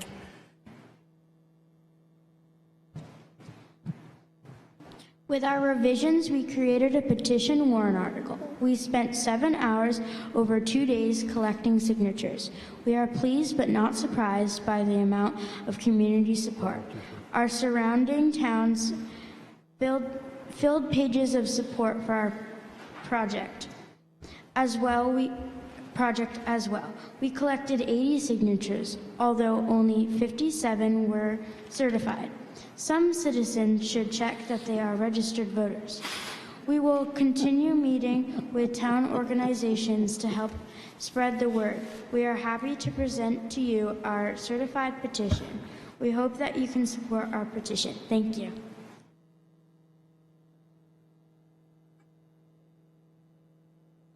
Go ahead. Just thank them for doing it. They also came to last night Wolfeboro and had their table there, and I'm glad they're here tonight to tell us all about it. Yeah, thank you very much for doing all that. Thanks for doing it. It would be a good change of a facility that nobody uses now. Thank you. Copy of this today. Thank you very much. Thanks, ladies. Thank you. Thank you. Thank you. Thank you. Okay, next on our agenda is revisit warrant articles. Okay, so the first article is going to be Article N, which is the AFSCME contract agreement. To see, oh, thank you.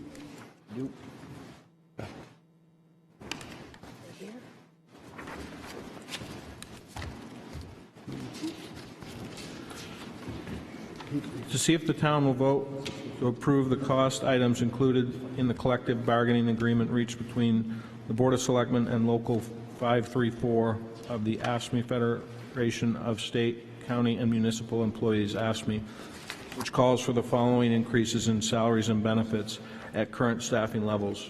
Year would be for 2020, estimated increase in wages would be $38,915. Estimated increase in benefits would be $7,324, for a total increase of $46,239. And further, to raise and appropriate the sum of $46,239 for the current fiscal year. Such sum represented in addition cost attributed to increase in wages and benefits required by the new agreement over those that would be paid at current staffing levels. Estimated tax rate impact for 2020 is 2.3 cents per thousand of assessed value.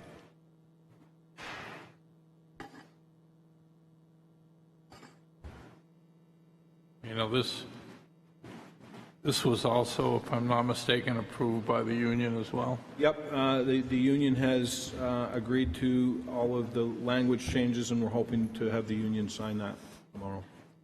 Do you need a motion from us to accept the contract? I believe we do, and then we can vote on the... Are you going to put the vote, are we?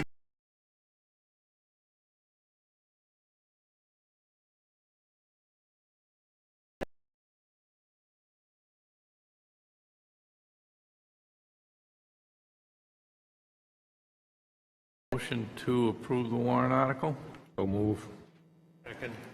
All those in favor? Aye. Anybody opposed? 5-0. Thank you. The next article is Article Q, Libby Museum renovation and expansion. Article currently reads,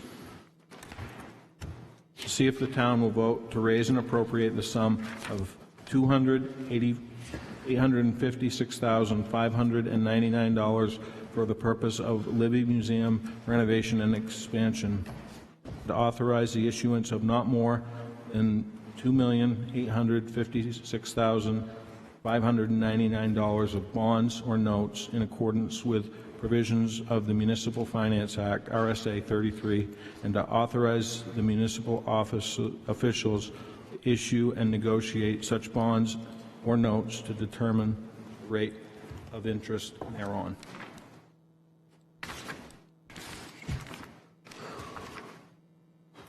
There has been a lot of dialogue over the past couple of days with regards to this particular topic.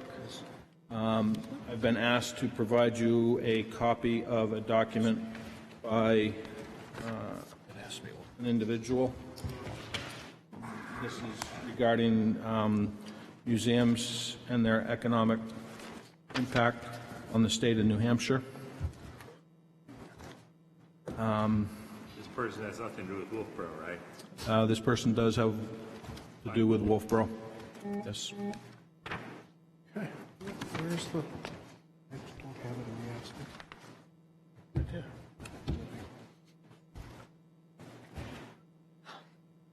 Yep.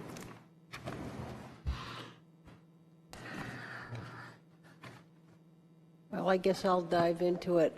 2.8 million is a huge amount to be asking the taxpayers to spend on this facility. And I liked it before when we had some money against it. And I guess the issue is we really haven't come to all the agreements of the Keenan. And one was January 6th, and the next one is February 14th. That's the time of our deliberative session. So Yeah. is that why you wrote it in this manner? That is correct.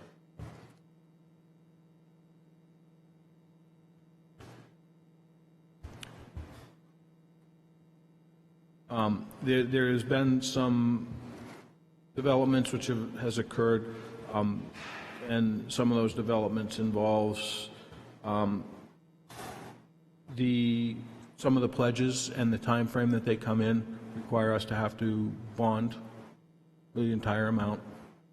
And I think one of the things that I think we need to do, Brad, myself, and Alana spoke to this last evening. The next threshold is that February 14th meeting time frame. between the town and the Biber Foundation. I think we need to sit down and have a conversation with the Biber Foundation as soon as possible. I don't know if Brad would like to elaborate any further on the... Yeah, I don't know how much detail you want to get into on this right now and stuff, but what's basically boiled down to is that we understand that the Bieber Foundation has agreed to a certain amount of money to be paid out over a 3-year period, not all in the first year, which is one of the reasons why discussion yesterday we had was to end up bonding the entire amount. And then as the money came in to offset the payments that the town would be making on the bond each of those years. We are meeting as a group with the Friends of Libby tomorrow night to further our discussion. My personal opinion is that I think the group is still going to commit to raise the money that we had originally voted to do, which was the $438,850, but that will be main topic of discussion for tomorrow night's meeting, which again would be offsetting the bond payments as they come in. We have to also decide tomorrow night how those are going to be paid out too. We haven't had that discussion yet to determine if that's all going to be available first year or if it's going to be over a period of time to have the pledges come in. So I believe, I don't know if the amount has changed, that it was what, 91,000 and change had been raised as of last week. That's correct. There's a new number or not now, but I don't know, there's been much, and I haven't heard of any activity since then, so they do have a fairly good start on it, I would say. And none of that includes anything with the Jane Trough fund. That's all being applied. Actually, I was going to ask Jim, is that 64,000 been taken off this 2.856? 64,000 is not. No, and we would want to add that language back in here so that we would be reducing this by that small amount. I'm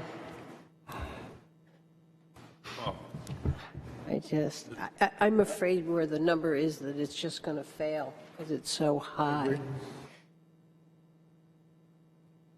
Is there a new warrant article coming in, a new wording of a warrant article?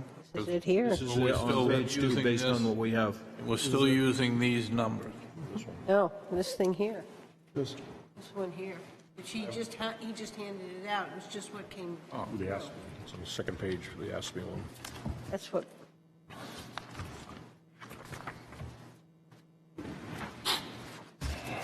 I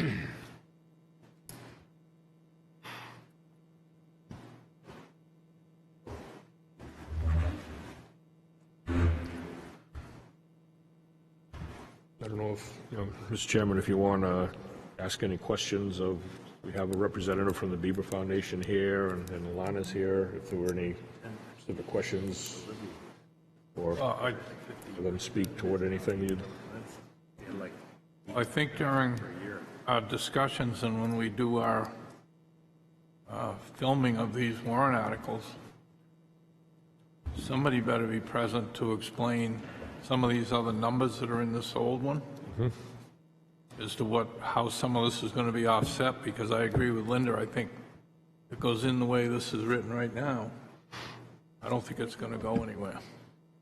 But there has to be some more explanation by somebody that you already have a certain amount that you're going to offset with that amount in the $438,850 plus the Beaver Foundation funding, to show that $2.8 million is not the actual number. But if that's true, that should be in the I know we have to warrant. raise it, but it says nothing in here now as to how some of that's going to be offset. Yeah, it would have to be in the warrant article. Yeah. This warrant I would article would think have to be someplace. rewritten, otherwise it's hearsay. Yeah, and I I also think a logical question would be, if the renovation and expansion doesn't take place, how is the levy affected? Is it still operating, or is it going to be in a crisis mode? And what's plan B? Nothing is done. well, you say you're meeting with a meeting tomorrow night? Right. But we've got the, going to the Budget Committee tomorrow night for them to vote on. That's right. We are doing the taping of the warrant articles on January 15th. Right. And if we don't get out there and be able to speak to it or sell it, it's not going anywhere. And I'm concerned about that. It seems like we're behind the 8 ball of getting all the figures and getting this pulled together. And the longer it goes, the less opportunity we have to go out and sell it and let people know exactly what's going on. And I don't know what else to do other than that. And then by February 4th, we're going to be at the deliberative session. Whatever is there, it's a done deal. That's what goes on the warrant. Go ahead, Alon.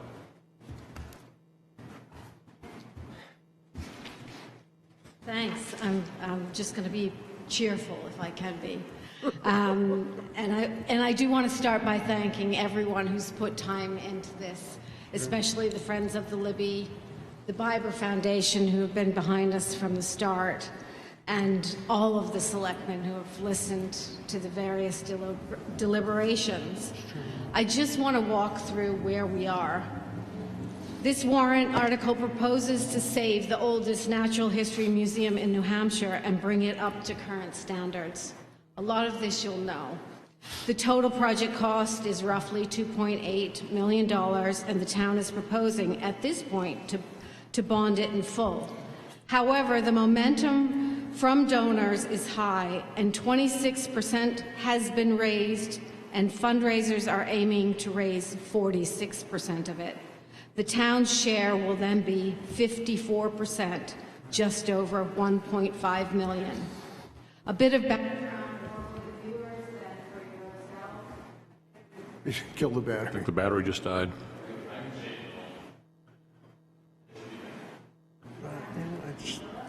Hello?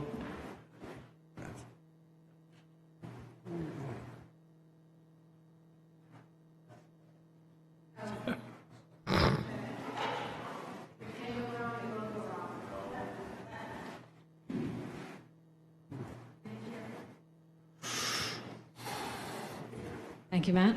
All right, we're back on. Just very briefly in background, the museum is unheated and uninsulated, and it is the responsibility of the town, as we know, as determined in 1956 by the probate court 63 years ago for the care of it.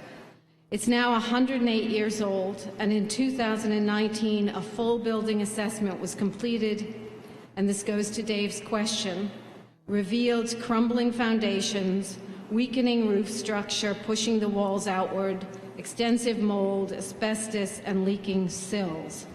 The rare 1912 original Libby collection is being damaged by high moisture, extreme temperatures, and excessive light.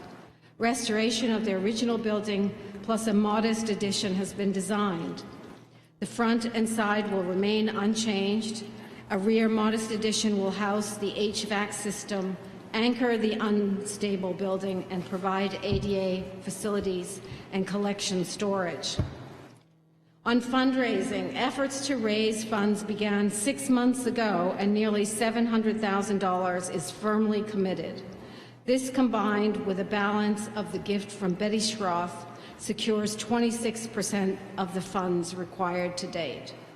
Of this, the Biber has confirmed a gift in writing of $600,000 and a new collection of 200 North American mammals. Biber has been a long-term partner with the museum, having also given a full-size moose, funds to map the native trees and wildlife on the property, and over half of this year's technical work. This opportunity to save the museum through a partnership between major donors such as Biber, the town, and the Friends of the Libby may dissipate if the vote tonight is no. Large donors are hesitating to contribute because the town has not yet made a commitment, and it's a municipal building. In summary, all technical work has been done and costed. The total project cost, including technical experts, clerk of works, and enhanced parking, would be $2.85K. And the reason why I include the enhanced parking, in case there's any questions, is because we know without the requirements of LCHIP, the cost could be reduced by as much as $100,000, and the estimated parking adjustment to ensure we have boat parking is roughly $67,000. However, 46% of the total cost, or $1.3 million, will be raised by donors. The town's cost is estimated at 54%, or $1.5 million of the total. If we don't move forward now with this partnership, over $700,000 will be lost. That's committed funds. Costs and interest rates will likely go up, and fundraising will dissipate. I appreciate there are legal requirements in the way that articles are written, but I do think that the bonding could be reduced, and we are certainly highly committed to raising the funds. I have to emphasize, we have only had 6 months, and we have raised $700,000. Thank you. I do think that this needs, just like when we had the town hall or the library, that these numbers, the pledges need to be codified, signed, and then put in this number, because the electorate will much easier vote on 1 million something than on 2.8. So I think this will need to be should be revised. What do you say about that, Linda? Don't ask me. I think we have to appropriate the full amount, and then we can say that we hope that the different ones are raised. But if we don't, we have to appropriate the 2.8 million, and then we'll have to come up with a figure that'll what we know can be raised by taxes. If we don't appropriate the full amount, we can't do the whole project. So that figure I know has to be there. You know, we did, and I didn't bring that book. When we did the town hall, we appropriated the 5 million and subtracted what they had in capital reserve. So that's the Throth fund. That can clearly be subtracted from the amount. But they estimated and said these were the amounts, and I think the end, the maximum bond was still that larger number because it wasn't in hand. He's my legal and his... No, I'm not. I'm not. That's what we've done in the past. That's the only thing I can go on. I have no law degree, Dave. It's okay. You can get one on the internet, maybe. All of you have some... Yeah, I'm going to be unpopular, but what the heck. So I said it on December 4th. If I can't understand it, I can't vote for it. The number has gone from 1.978 million to 2.8 million. The contribution has gone from 850,000 to 600,000. Let's do a little math. If we bond if we bond 2.8 million using the New Hampshire Bond Bank figures, the annual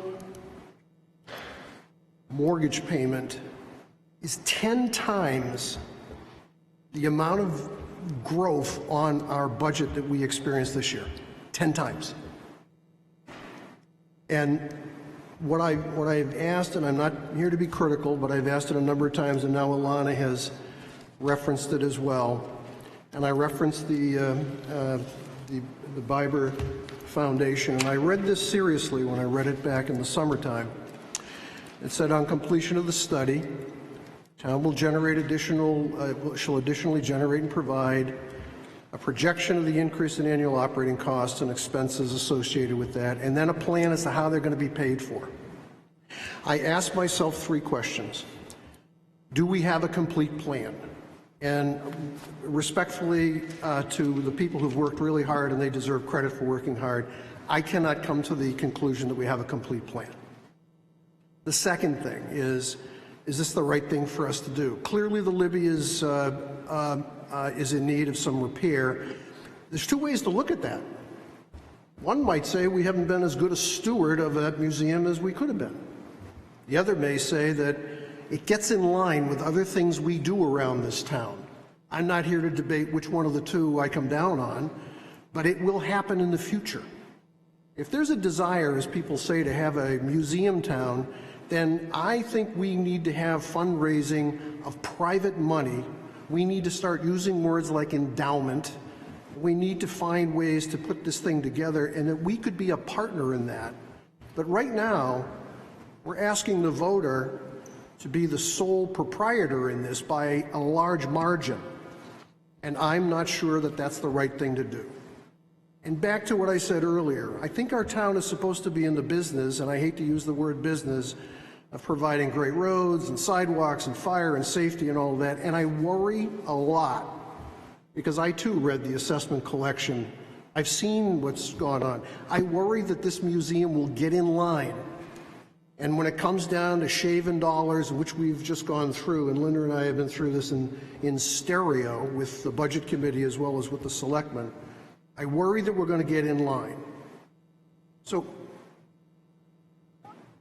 I get back to where I started, and that is, and I know it's unpopular, and I apologize if anybody's hurt by this, but just the way it is, I don't have filters when it comes to this stuff. We should have a business plan that tells us, number one, what we want to accomplish, and number two, how we're going to pay for it. And if we don't have that, then we're going to be making stuff up. And I personally don't want to be looking at a voter and saying, I really don't know, but I think it's a good idea that you should support this. So, Mr. Chairman, I don't know whether you want to call the question or defer the question. I'll leave that to you, but if you want to call the question, I would put a motion forward on this. Well, it seems to me that the Libby group, or the group, whatever, is meeting tomorrow night.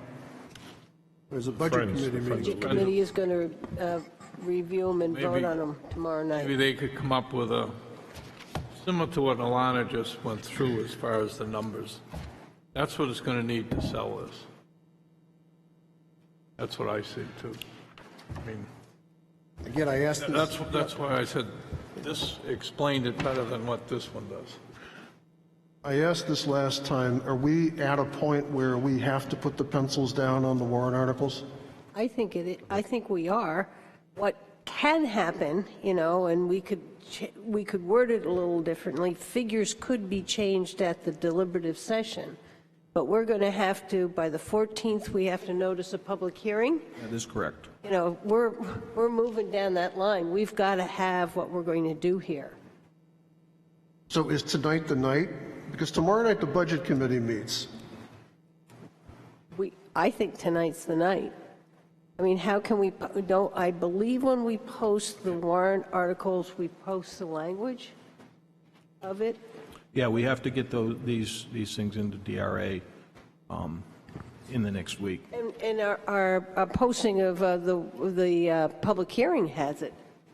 Correct. Has some information about how much you're asking and how much you're bonding, as I recall. The thing I'd just say too is, in our previous warrant article we had in front of us last week here that had the breakout that we want to see, we know that the number has changed from the Bieber Foundation. It's dropped from 2/3% of 877,699 down to 600,000. We'll know tomorrow night if we're going to stay committed to our 438,850. But my suggestion would be that we could work those numbers in tonight. They've been presented by Alana, so that it's a matter of record right now. With 600,000 coming from Bieber, 438,850 from the Friends.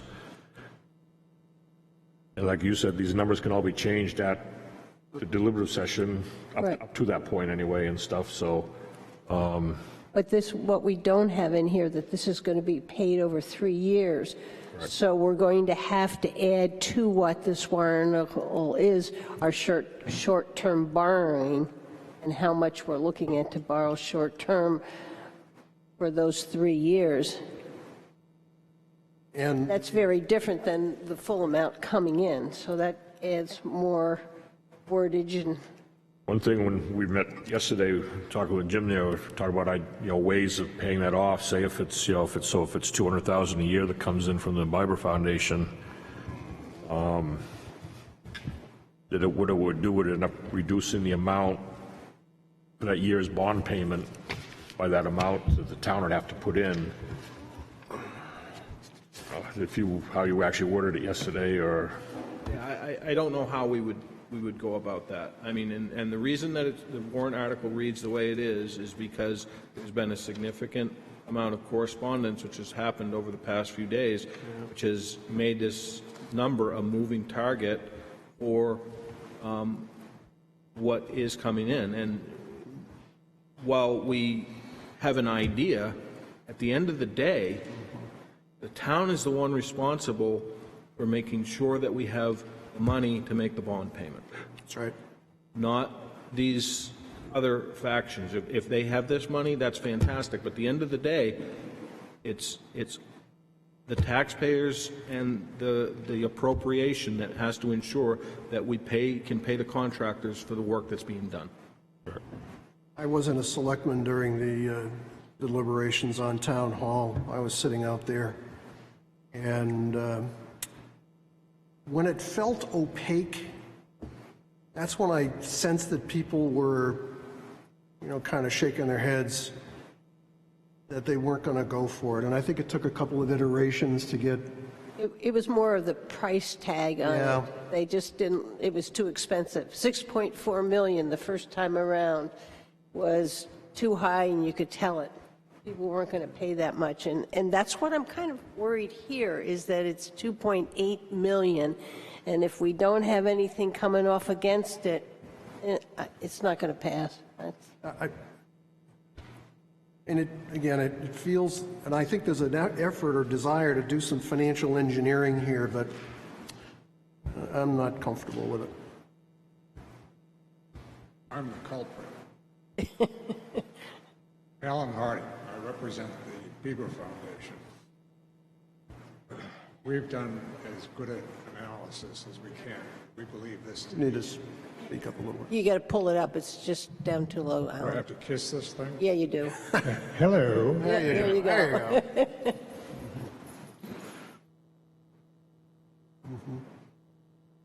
I think I'd rather be in my position than your position.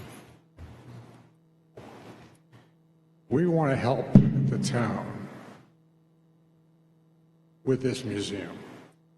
We have two major contributions for exhibits.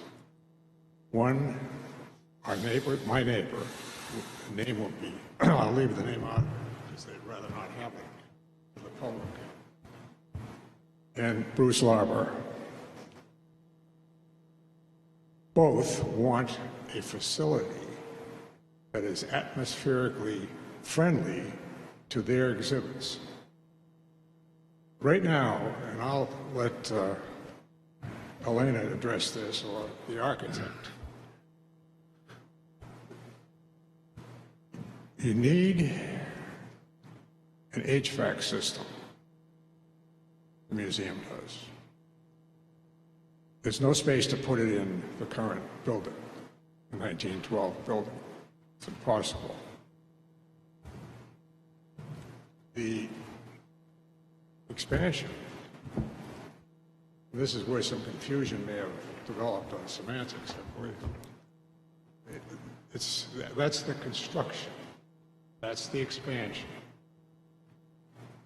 That provides, among other things, a place to put the HVAC system, which facilitates the donors which started this whole project. Now, Paul, I don't know what you're talking about as far as an endowment is concerned. What do you mean by that? An endowment? Yeah. Well, we can talk about that at the meeting. You get a bunch of money. I can't hear you. What? An endowment is a contribution to a fund that is used by a nonprofit organization. Really? Are you asking me a question because you want to insult me, or are you just asking me a question? I have no intent to insult you. Then maybe you should it's explain the what other way you around. really means. Let's slow down here. I'm trying to understand what you want. Business plan. Well, why don't you draw one up? It was due last week from the town. Not my job. That question was asked of this team in the summertime. What team? This team, right here, Lana. And in the summertime, and actually in the fall, I wrote an outline of the business plan. I presented it to the team on the 19th of October. I went to Michael Culver at Wright Museum and asked him to help us out, figure out what it takes to run a museum. I provided that information to the team. What else would you? So the answer was, I could do a business plan, but I don't have the resources to do the business plan. That's where it got parked. Okay?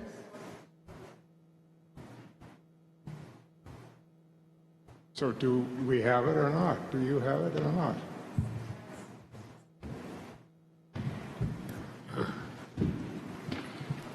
Let me explain about the business plan.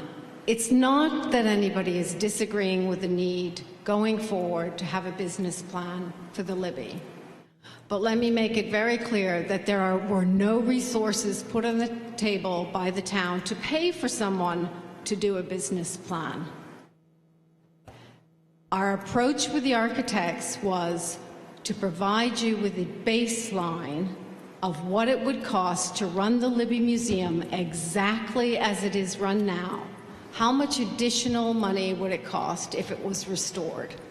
It's just over $10,000. We then took the next step to tell you exactly how you could raise that $10,000 to run the museum as conditioned space. That could be done by a combination of increasing the admissions, still below the New Hampshire Boat Museum rate, and increase the or increase the number of visitors. If you want a full business plan, the town is going to have to put in some resources. And let me remind the town that all of the work this year that has been done on this feasibility has been paid for by the Biber and the Schroth. Thank you. I think also you and I had a email, and there was $25,000 from the taxpayer, so there was some, and if I understood, I thought you said the taxpayer paid $25,000. Whether we completed under that architect a feasibility study or not, that may not have happened, but the taxpayer did put money into a feasibility study. And my understanding, and I'm reading this from number 5, and I think, Ellen, and you and I have had some conversations that we were going to get preliminary projections of the increase in the annual operating costs and expenses associated with the expansion of the Libby, as well as a plan for how said costs and expenses will be covered over the future. And that's what I thought we were going to get, and I think that's what you were looking for. Am I correct, Alan? You're number 5? Number 5. Number 5 on your agreement? That's what I thought we were working. I didn't think at any time we were talking about a business plan. In the ALBA report, section 3 to section 5 provides that information. I'm not saying it doesn't. I'm just saying that that's what my understanding was. That's right. We were asking for that we were going on this. And that's what we provided in the ALBA, section 3 to 5. Way too much.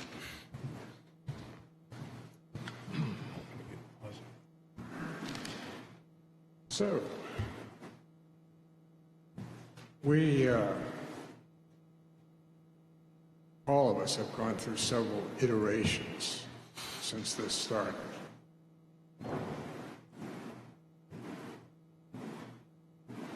Two town managers, 2 architects. The first one didn't work. And we now have a highly professional, in my opinion, architect that's working with us. And what we will wind up with, if nothing is done here, is Can't think of a better word than disaster. Phil, do you want to talk a little bit about the things that are wrong with the building today? I think we're aware, Alan, of what the issues are with the building. I think we've heard about that quite a few times, and that some issues have been corrected. But I think the issue tonight for us is to decide whether we want to support the $2.8 million. That's basically what... Yes, you're right. Yeah. You're absolutely right. Yeah. It's the number that counts, but the number itself has to be defined. But I think that when we go to the deliberative session, you need to have either some kind of a PowerPoint or something to hand out. Who, me? No, I'm not talking to you. I'm going to talk more to Elena, because what she was dealing with numbers tonight is what I would want to hear. If I was a taxpayer sitting at the deliberative session or watching it on TV, I would want to know that $2.8 million, if I vote in favor of it, what's it going to cost me? What's it going to cost? Yeah, but... Let's say it's 2.8. It costs 2.8. That's what you put on there. That's right. But your group is going to support or pay for this much. The Friends of Libby are going to pay this much. We have this much money to be offset. We have donations from two people, Lauber and the doctor, that's worth this much money that we need to protect if they give it to us. So those are the kinds of things that the deliberative session they need to be set up. Well, and I understand the numbers. I'm not in the arranging business. You guys have to do that. I know. I'm in the money dispersal business. We make grants. That's what we do. I think most of us realize that, Alan. But we have to go to the public and tell them why we need to spend $2.8 million. Fair enough? But you're not. Well, I know that. Well, the people that are here tonight, most of us know that. And you're telling me that the public doesn't know that or won't know that. And that will be done by how we word this warrant Well, article. that's correct. Right, and what I started to do was I was looking at reducing it by $600,000 being paid over 3 years, because we were going to have to tell them how this is going to come in. So that would mean that there's going to be a longer need for your short-term interest borrowing. And then that $700,000 is pledged in the bank. We could write that in a warrant article. You got it signed.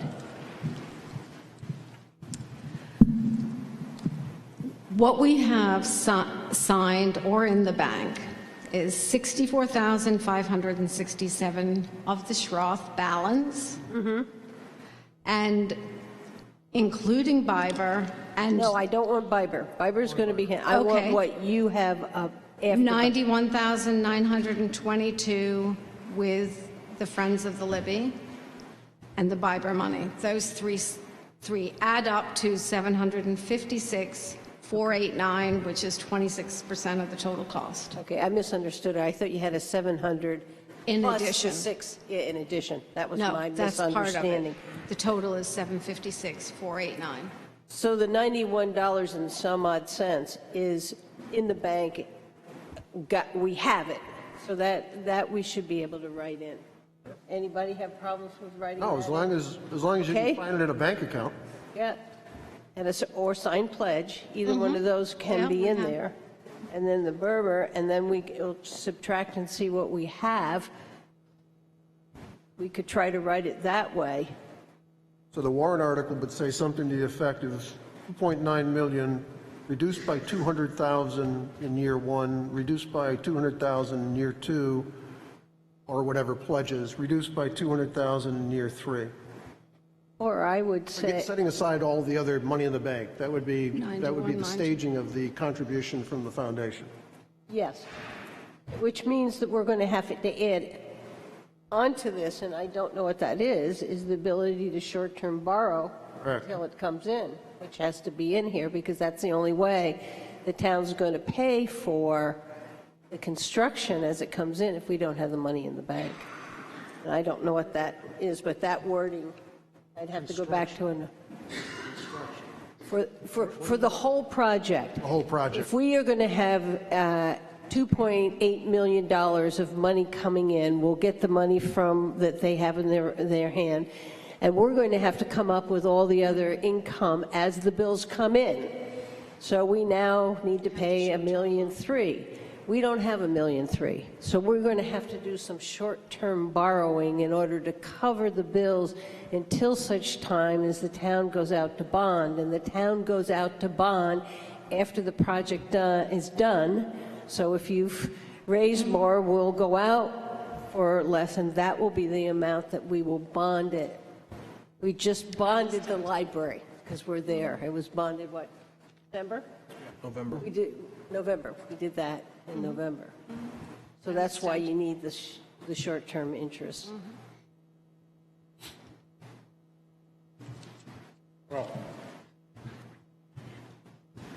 we, according to the agreement that was dated the 9th of April, excuse me, Valentine's Day, next month,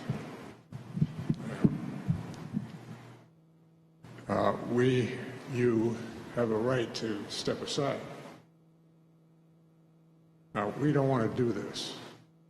We want to rewrite an agreement that we can all live with, which will entail $600,000. If we can't do that, effectively, you're leaving $600,000 on the table, $200 each year for 3 years. That's up to you. So you have to ask yourself, and I'm not preaching, at least I don't think I am, as a taxpayer, what are you left with? What are you left with? Building that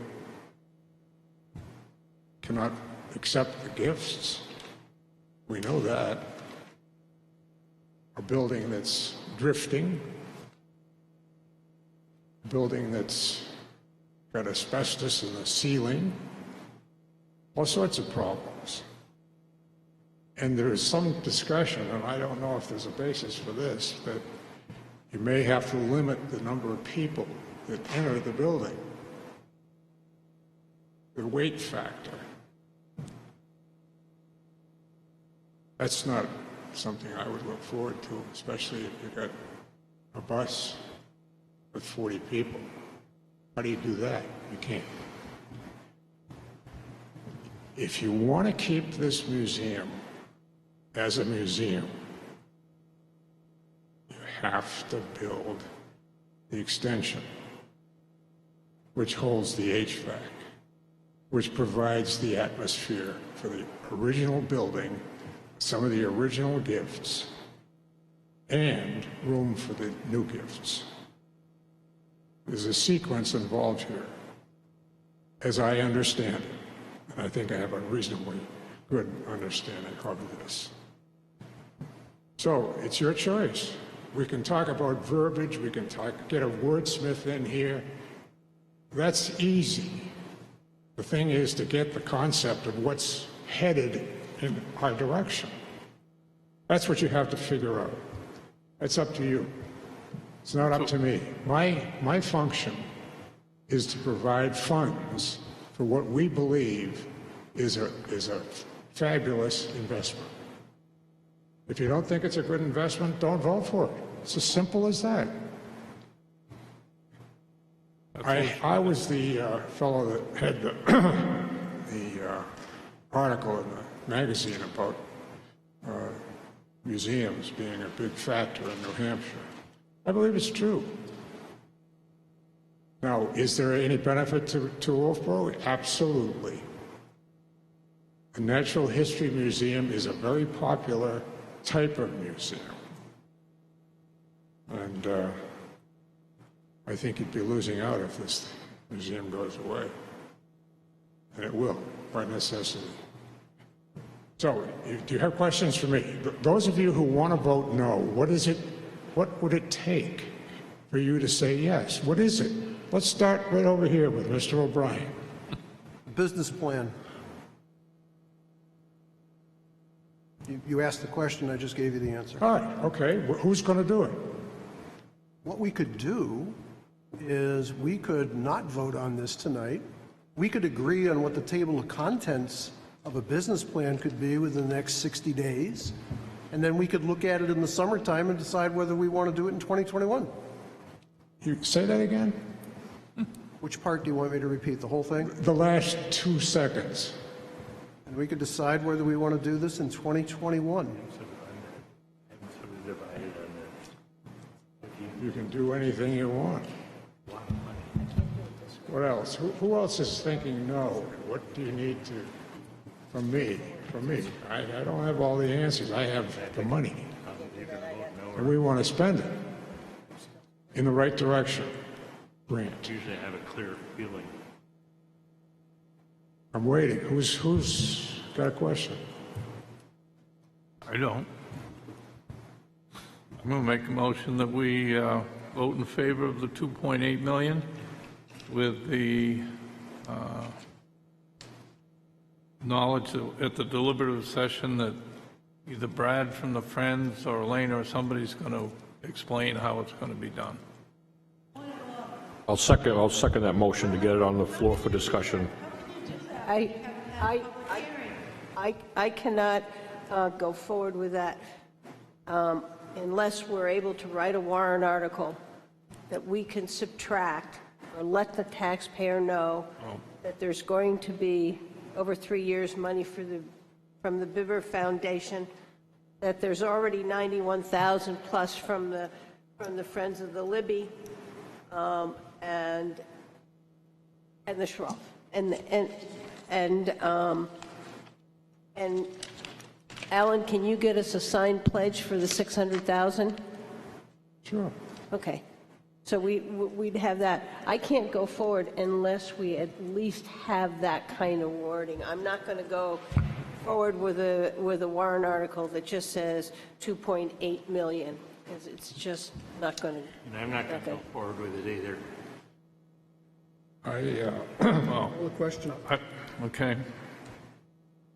Are you in a discussion? All right, we have a motion and a second to send this article, Libby Museum renovation and expansion, to 2.8 million. All those in favor? Aye. Aye. Any opposed? Yes. Opposed. Who's opposed? I'm opposed. I told you how I had to have it written. The taxpayers have to know that you're going to give the money. We need to know that things are coming out of that warrant article. This warrant article, the way it's written right now, there's no way Alan and I can support that. I love the Libby Museum, supported it all my life, but I don't like this article.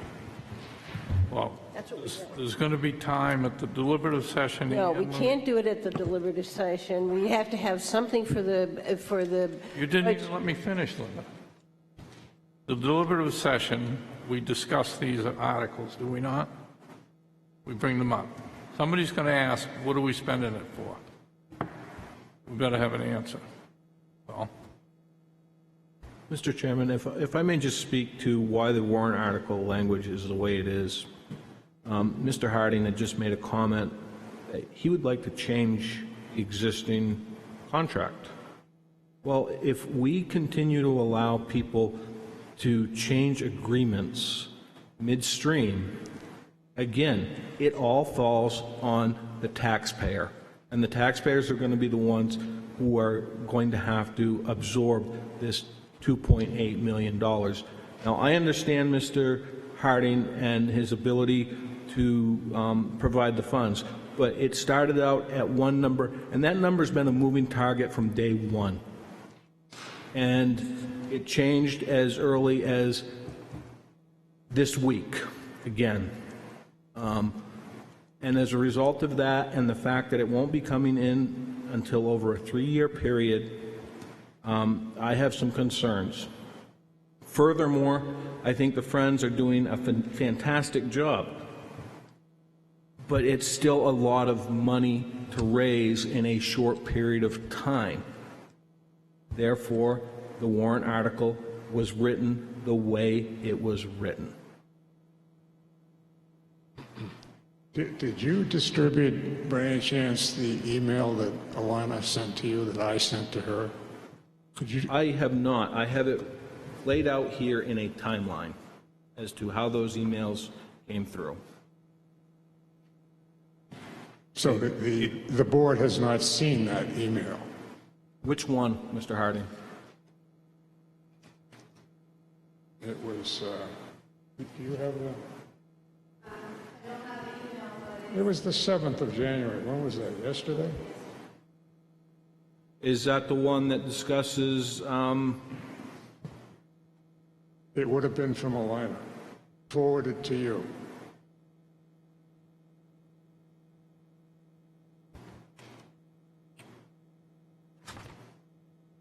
So on the 7th, I received an email.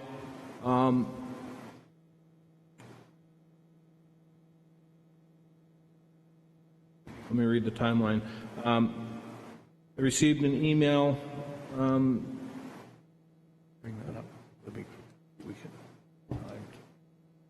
Which was between Mr. Harding, Ms. Albee, and Ms. Abbott. Is that the one? Yes, she's my co-trustee.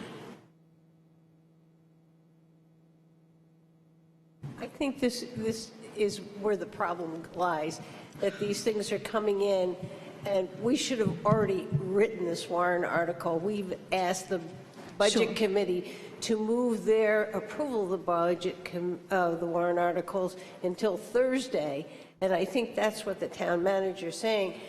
We're trying to get a handle on it. It changes and it changes and it changes, and there's no consistency, and it's hard. It's going to be hard to sell or to know what we're telling them. I understand, and I completely agree with your suggestion that the warrant article should have those additional details in it.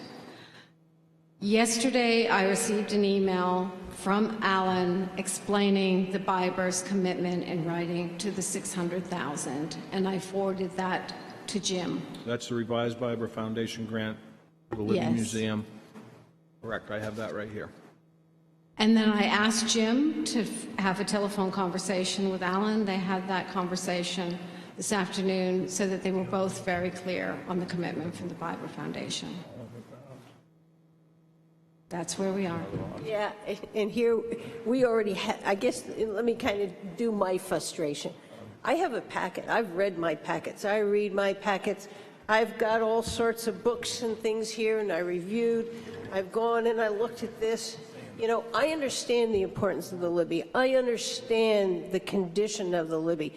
When this thing started out, it was a building not even connected to the Libby when we first were thinking about it, Alan. And I've tried. I've sent him multiple rewrites of the warrant article to try to get it to where it is, but I can't because it constantly changes. Right. And that's the frustration you're getting from us, is we get down here and you're reading off numbers. We don't have a written one. We're supposed to vote on this tonight. I got to take this to the Budget Committee tomorrow night. I appreciate that. I hadn't seen the warrant article either. I haven't been involved in the writing of the warrant article. As you know, I am a summer employee. So that says it all. We voted on it. We voted on it. It's been a lot of, it sounds, and I agree with Alana, you're a summer person, and that is what it is. I think there is a lot of moving parts here.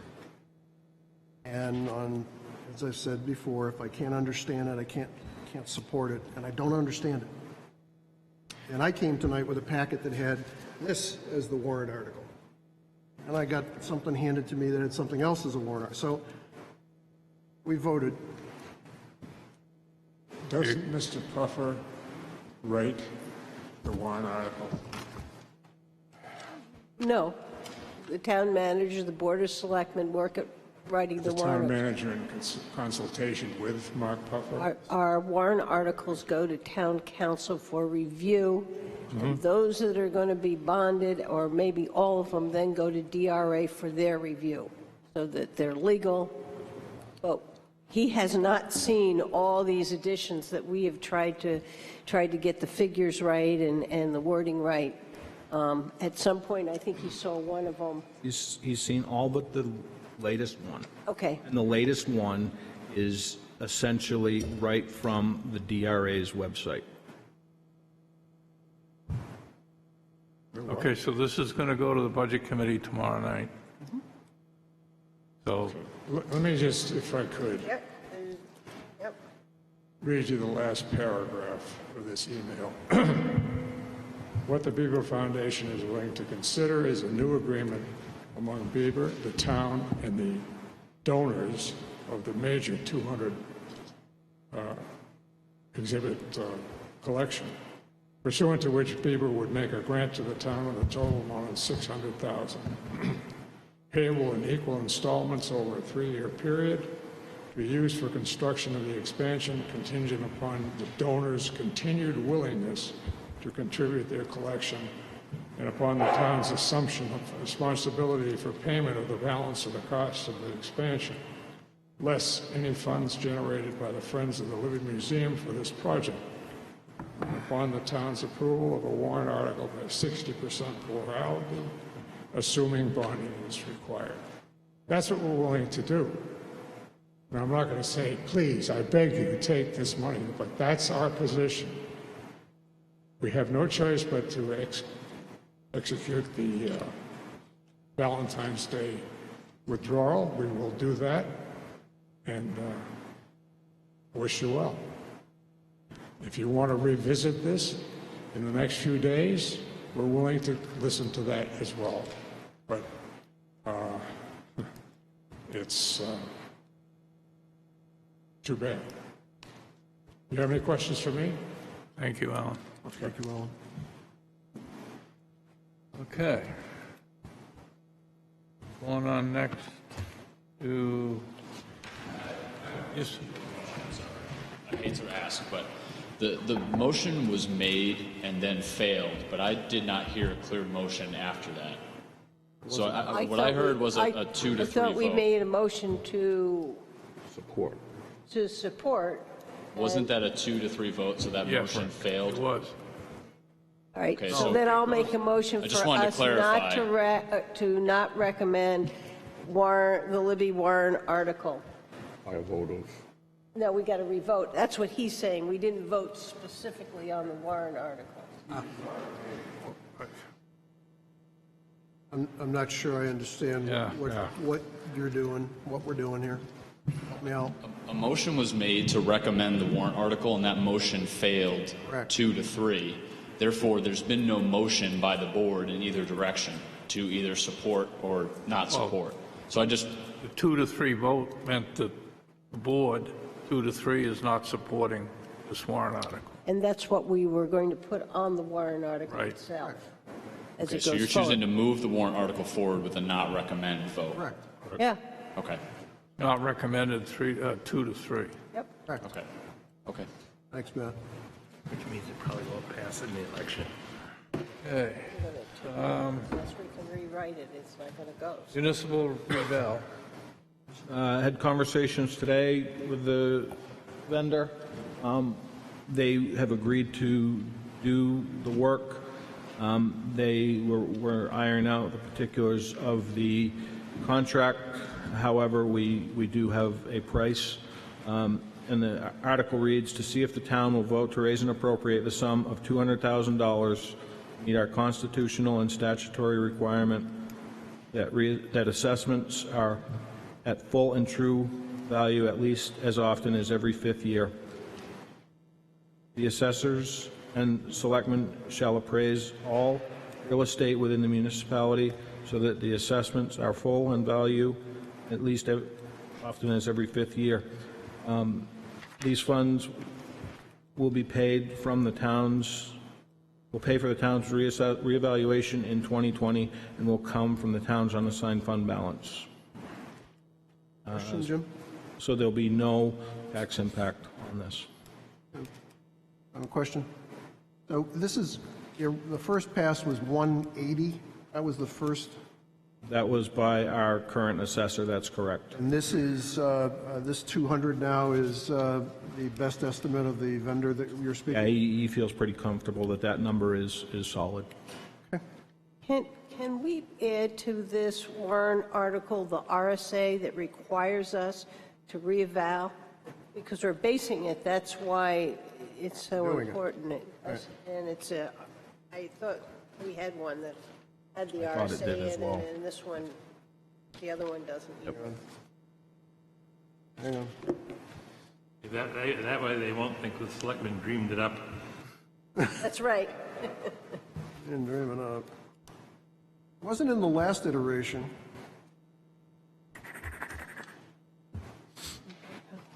Okay, we ready to go on to the next? Should we move it along? Don't we need to vote on that, Dave? Move this along? I move that we support Article B, the municipal reevaluation as worded. I'll second that. Okay, all those in favor? Aye. Any opposed? Mr. Chairman, we also have to put them in some kind of an order. You know me, here's my little chart. Order. And as you can see, I've numbered them, but I left a column that says BOS on it, and I don't feel you have to take my order, but what I do want us to make sure we get them in the order so he can type out the warrant. Oh, she come up with a new one. Wait a minute. Come up with another one. So what I have, the first warrant article, the Libby Museum, and the second one is the Cary Beach parking lot. Both of those are bonded warrant articles by statute. They are required to go first. I don't care if Cary Beach goes first or Libby, I just put them in some kind of order. And if you read down through them, if there are ones that you want to change, it may be quicker for us to do it that way than for me to read each of them. You flipped over the accrued leave one. Would you move it back? The valuation is do you want to flip those? I have the reevaluation first and the accrued leave after that, but I don't. I'm ambivalent. I do think it's important that the accrued leave conversation take place. So if it's, 3-4, it doesn't matter. Yeah. The reason I put the evaluation before that is because it's required by statute. Yep. That was just my rationale on that.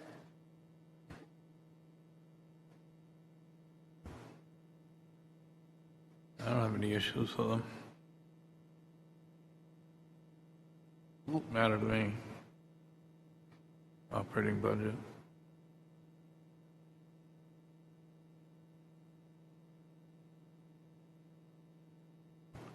Hey, somebody want to make a motion that we number them? I'll make a motion that we number them as I have presented them in the column that says Cary Beach and reeval warrant article. I second that. Second that. You know what I'll do, Linda, is I'll just note it as 1820 on the bottom, and I'll pass it over to Michelle. And I can email it to you if you want. I have a copy at home. The other thing we have to do is we have to assign who's going to speak to which warrant articles when we tape on the 15th, which I think is next Wednesday.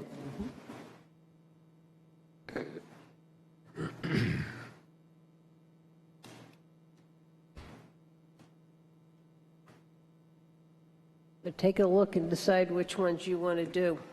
I'll sign up for number 2, and I'll sign up for the operating budget, if that's okay. 2 and 6. This is Paul, and this is Paul. Are you going to pass these out when you're done? Should I make note of them? You probably should make note. I can't hear it as well as you can. What are we doing now? Who has Paul is doing Cary Beach, and he's going to do the operating budget, and I'd like to do the water quality, and I'm willing to do the reeval. I'm sure we're going to need, each of us are going to have to take more. Brad? I'd do the roads You do the Libby? and the Libby.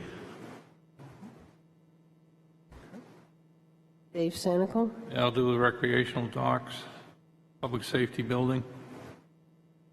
Public safety. Okay, Paul, do you want to pick another one? Yeah, do Cary Beach parking lot. That's when you Wait a do, minute. you got that one already. You got to find another one. You got that in the operating Do budget. the one. assessing contract. Okay, Paul. What's left of now? I'll do the building maintenance one. Okay, Dave Sanical, building and maintenance. I'll do the Bridge Falls Path. Dave Bowers, do you want to do the Public Works? What letter is it? It's number 10. It's the Public Works truck, it will be Dave Bowers. Dockside parking, public, PW. Yeah, and then you'll do the fire truck after that. Yeah, I'll do that. What else? So which ones, Linda? We still, hey, Brad, you want to do? Okay, will you do 11 that? and 12. You'll do 12? What would you say? No, that's, Dave Bowers will be doing 11 and Yeah, 12. yeah. I can do 12. You want me to do 12? Do you, 13? I'm doing 13. he's doing 13.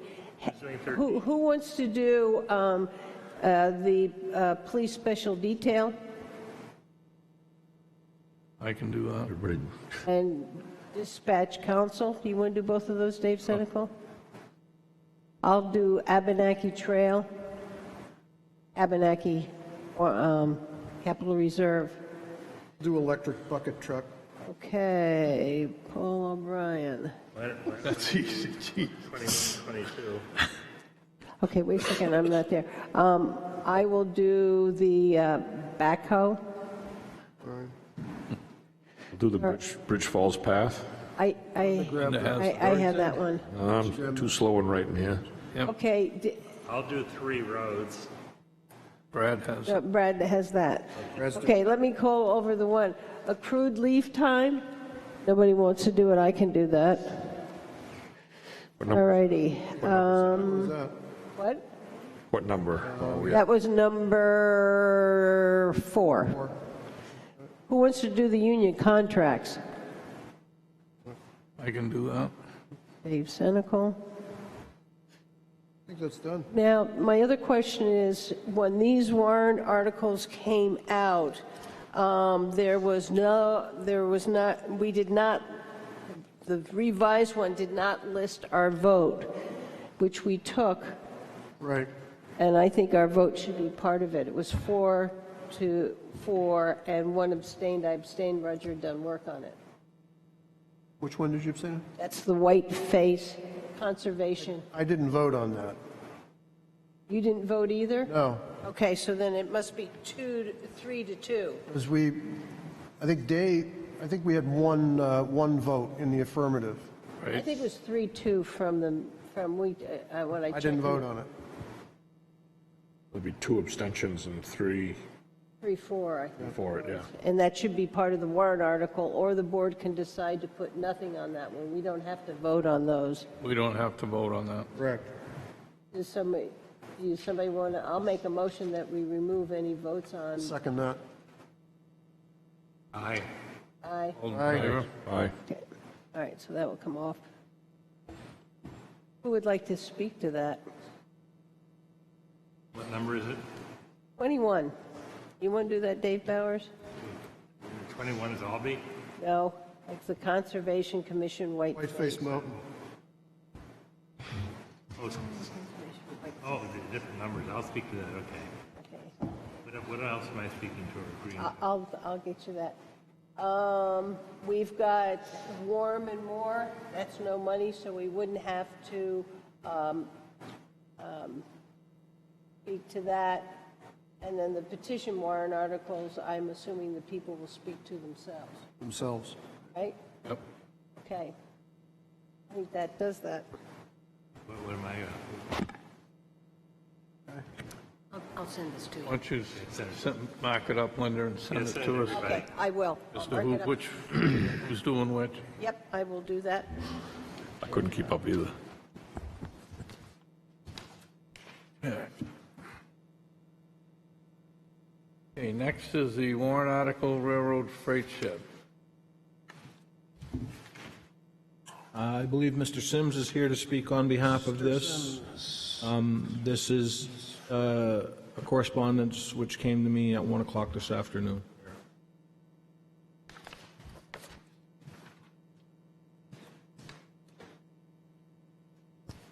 Good evening, Selectmen and Town Manager. First, I have an apology to make for the lateness of this. Not only the lateness today, but just the lateness in the season. We did not realize that the language of the originating warrant article was different from the assumptions that we were working towards. So, we have attempted to understand what the intent of the original warrant article was, and we have tried to solve that issue. The original warrant article was similar to a Friends of the Library or Friends of Abenaki structure, where a municipal entity goes out and tries to raise money and uses the friends of its entity to do so. The Friends of the Abenaki, for instance, raises money, gives it to the town uses that money to purchase a piece of equipment or build a building or whatever it is, and all of the money from the Friends comes to the town, and the town controls that project. And once the money is in the town, then the Friends essentially ceases to be active until another project comes along. In our case, we are not Friends of the museum, we are the museum itself. And we are the operating entity, and we have raised funds to support the operation of the museum. If we were to turn those funds over to the town, as that original warrant article asks, then the town is essentially taking over, and we would be acting in the role of a Friends of the Museum, which means that it would become a town project. And it's been said very soundly to me that the town does not want to take on yet another museum. It has enough on its plate already, as tonight showed. So the museum itself is a separate 501c3 entity, and it's raising its own funds, and it has obtained funds necessary to proceed through phase one. And those funds are in the form of pledges, some of which are conditional, some of which are phased, and they're also in the LCHIP grant, which is awarded 50% up front, 30% at the 50% point, and then 20% at conclusion. So there is no way that the museum has cash in hand to demonstrate to the town or transfer to the town that the funds are here to do that work. So we are in a different situation from the Friends.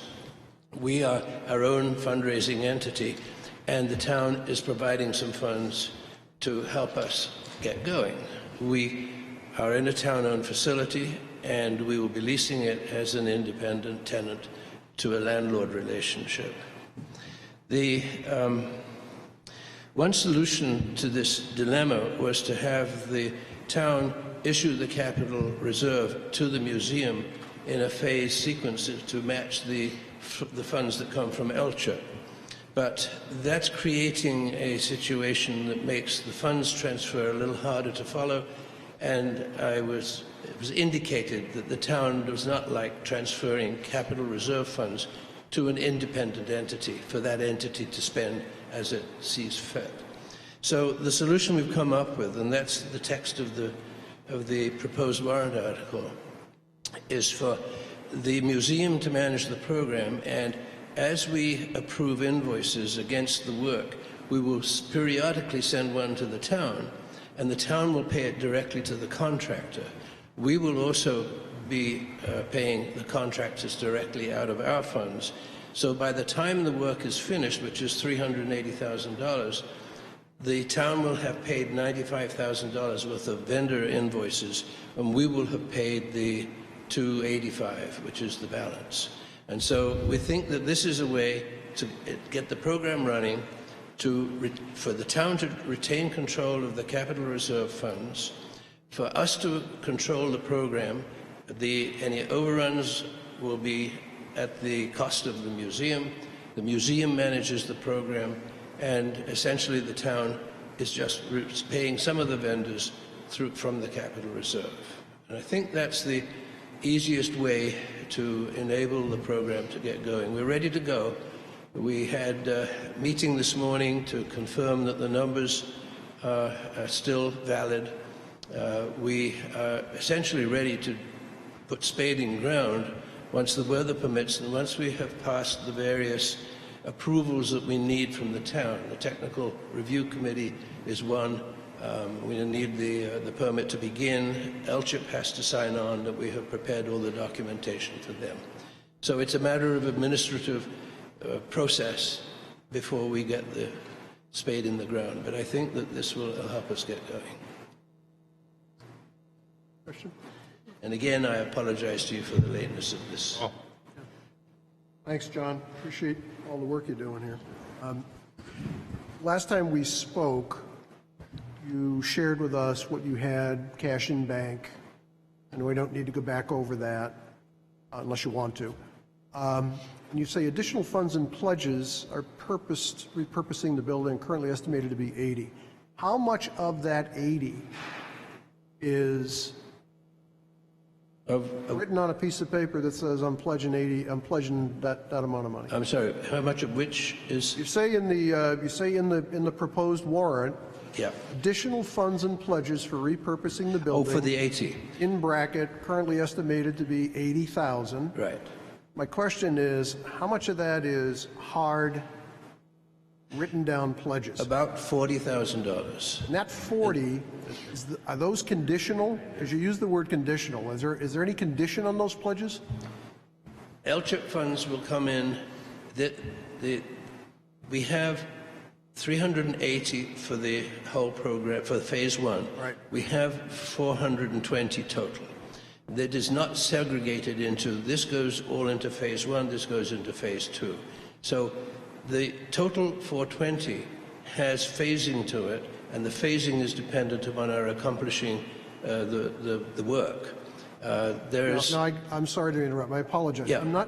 That's not where I'm getting at. Okay. I think you know the numbers pretty darn well. My question is, of those pledges, yes, how many dollars are conditional? Because you just said a few minutes ago we have conditional pledges. How many dollars of those pledges are conditional? The LCHIP funds are conditional, so the grant is 130, so half of that is to be spent at the 50% point and at the end. Yep.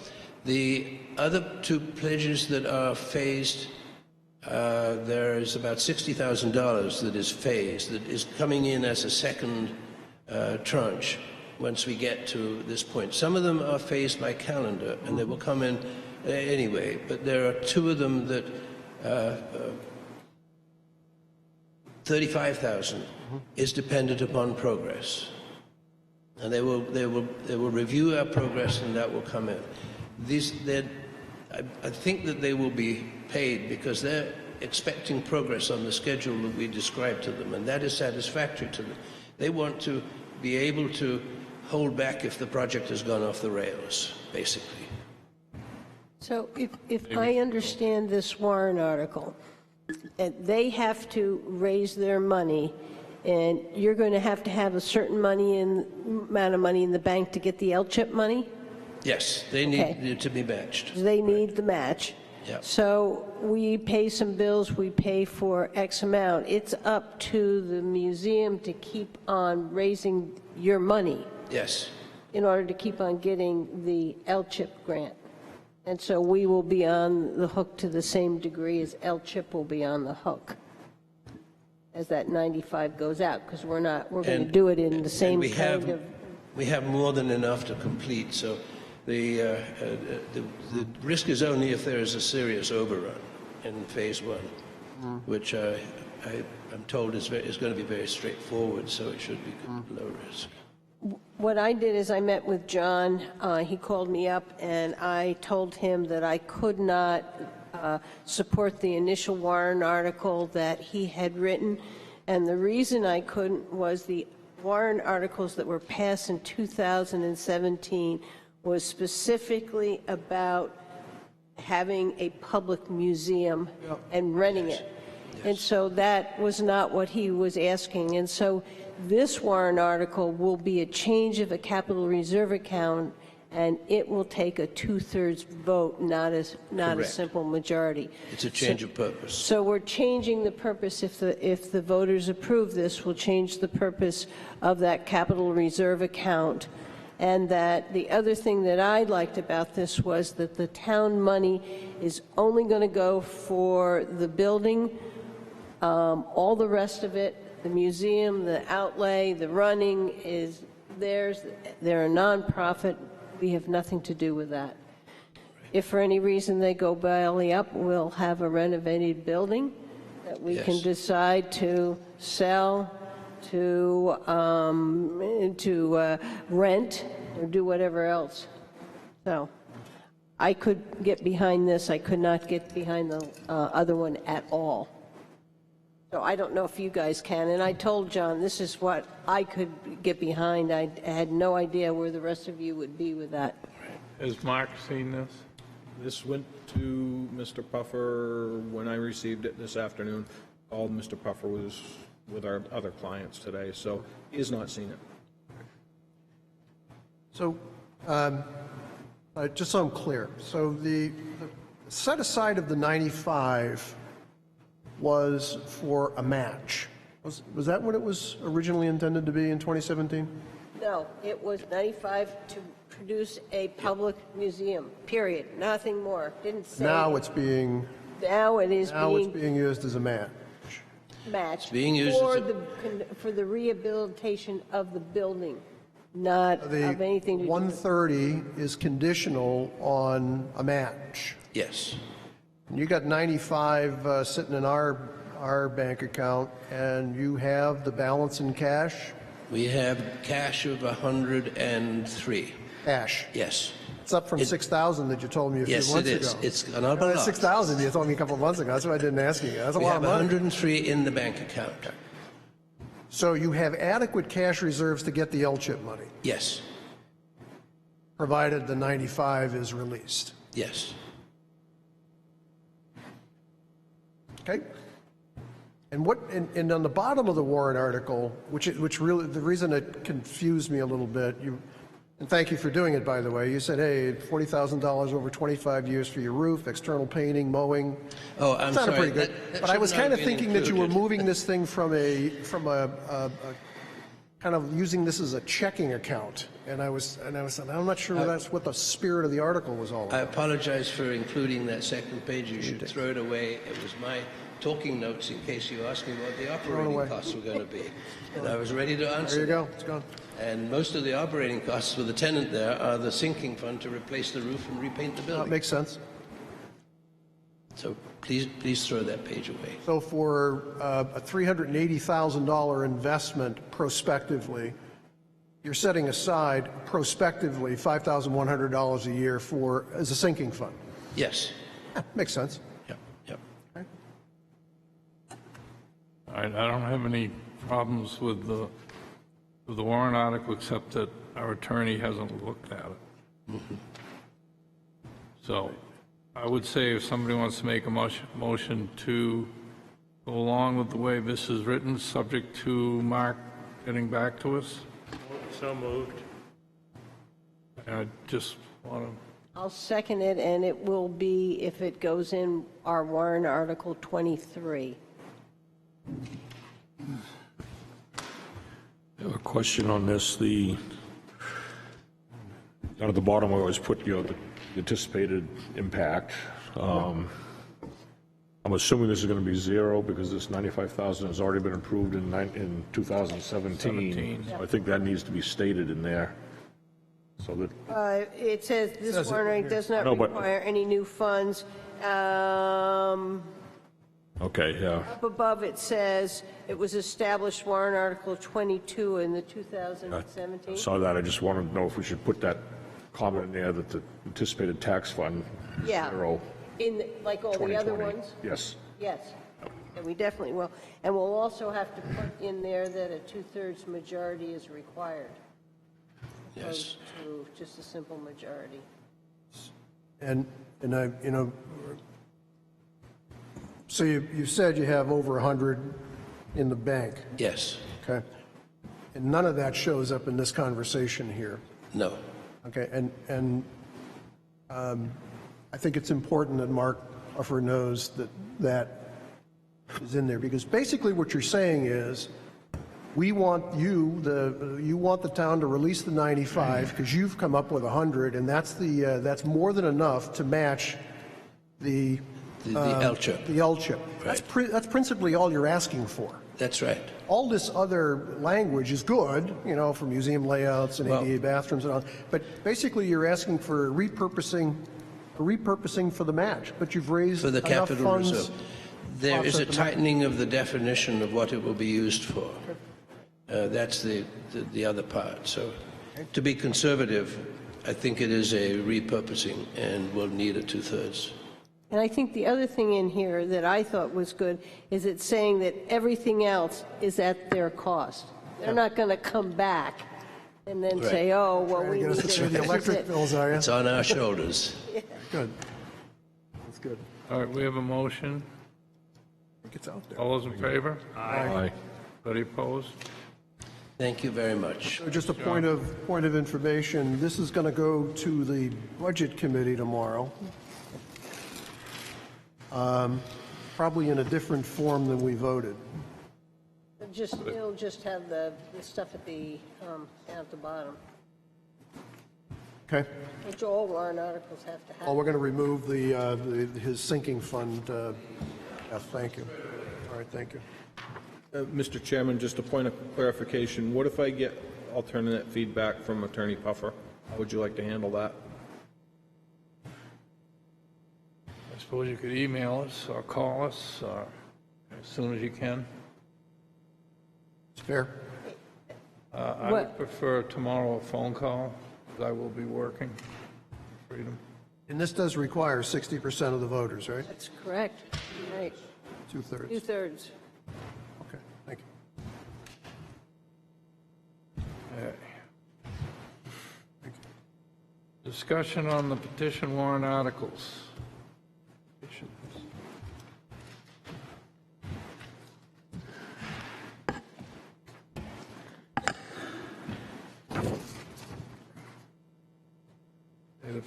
So we have a series of petition warrant articles. The first one is a zoning petition, which I don't think you guys have. No, that goes to the Correct. planning board, and they put it on with their warrant articles. Had that last The night. next one, which came in, was dated December 5th, and that was from Suzanne Ryan. The verification of the voters has gone through by the town clerk, and I believe she is here to be able to speak on behalf of her warrant article. So this will be presented as it was written. That's correct. We can't make any changes or do anything with it anyway. We can't, no. The only place there can be any kind of changes is at the deliberative session. Right. And I think they only can be minor changes. I'd have to reread that. And then there was another one that came in? On the 9th, received a petition warrant article from Mike Hodder regarding Cary Beach. Similar type of article, and the town clerk has verified the voters. Okay. And I believe Mike is here if he'd like to speak on behalf of his warrant. Mike? Well, we can't change anything, so thank you for your efforts. Thank you. Both. Thank you for your collaboration. Okay, next is town report cover photo. Mr. Chairman, I had contacted my brother-in-law. I thought we might want to put some photos of Cary Beach. These are three. They were in our packet. Drone pictures of Cary Beach, since we were going to do water there. I do some water quality work there. And I don't know if you want to use them. Those are all I had on hand. I want a Santa Claus. No, I like number 3. The nighttime one? Yeah. Yeah. In fact, for those people that have an interest, He flew his drone from Winnipesaukee at dusk, flew it right over Cary Beach and then right down in Winter Harbor. It's too bad we can't put that all on the cover page of the book. It is spectacular.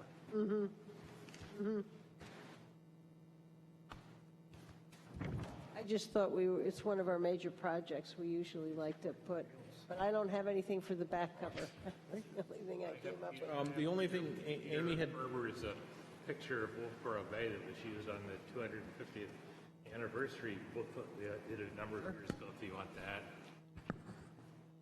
It shows the bay from Brewster Academy. Oh, do we want to, I think one of the thoughts that Amy may have had based on this year was the potential of putting on the back cover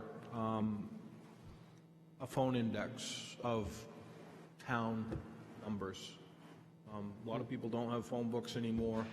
To be able to find the right extensions and phone numbers in town can sometimes be difficult. I know various offices get telephone calls and they're redirected all over the place all day long.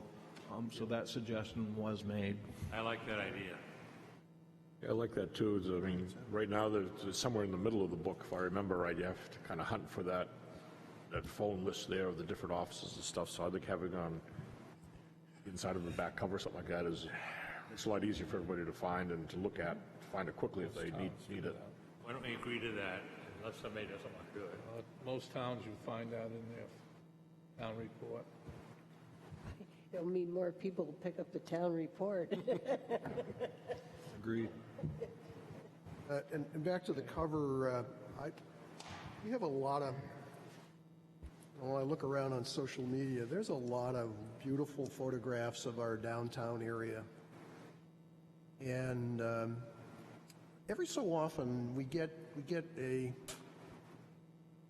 I can't even characterize the comment, but it's, hey, what about that beautiful lake that we live on, and the beauty of our lake, and as opposed to the the concrete structures and brick and mortar that we have. And I kind of like the idea that our annual report should remind people that that's what we're all about, is that part of Wolfeboro, which is the pretty thing that we're supposed to take care of. And I think that's, and Linda, I thank you for thinking about that, because it's an important project. We got to take care of it.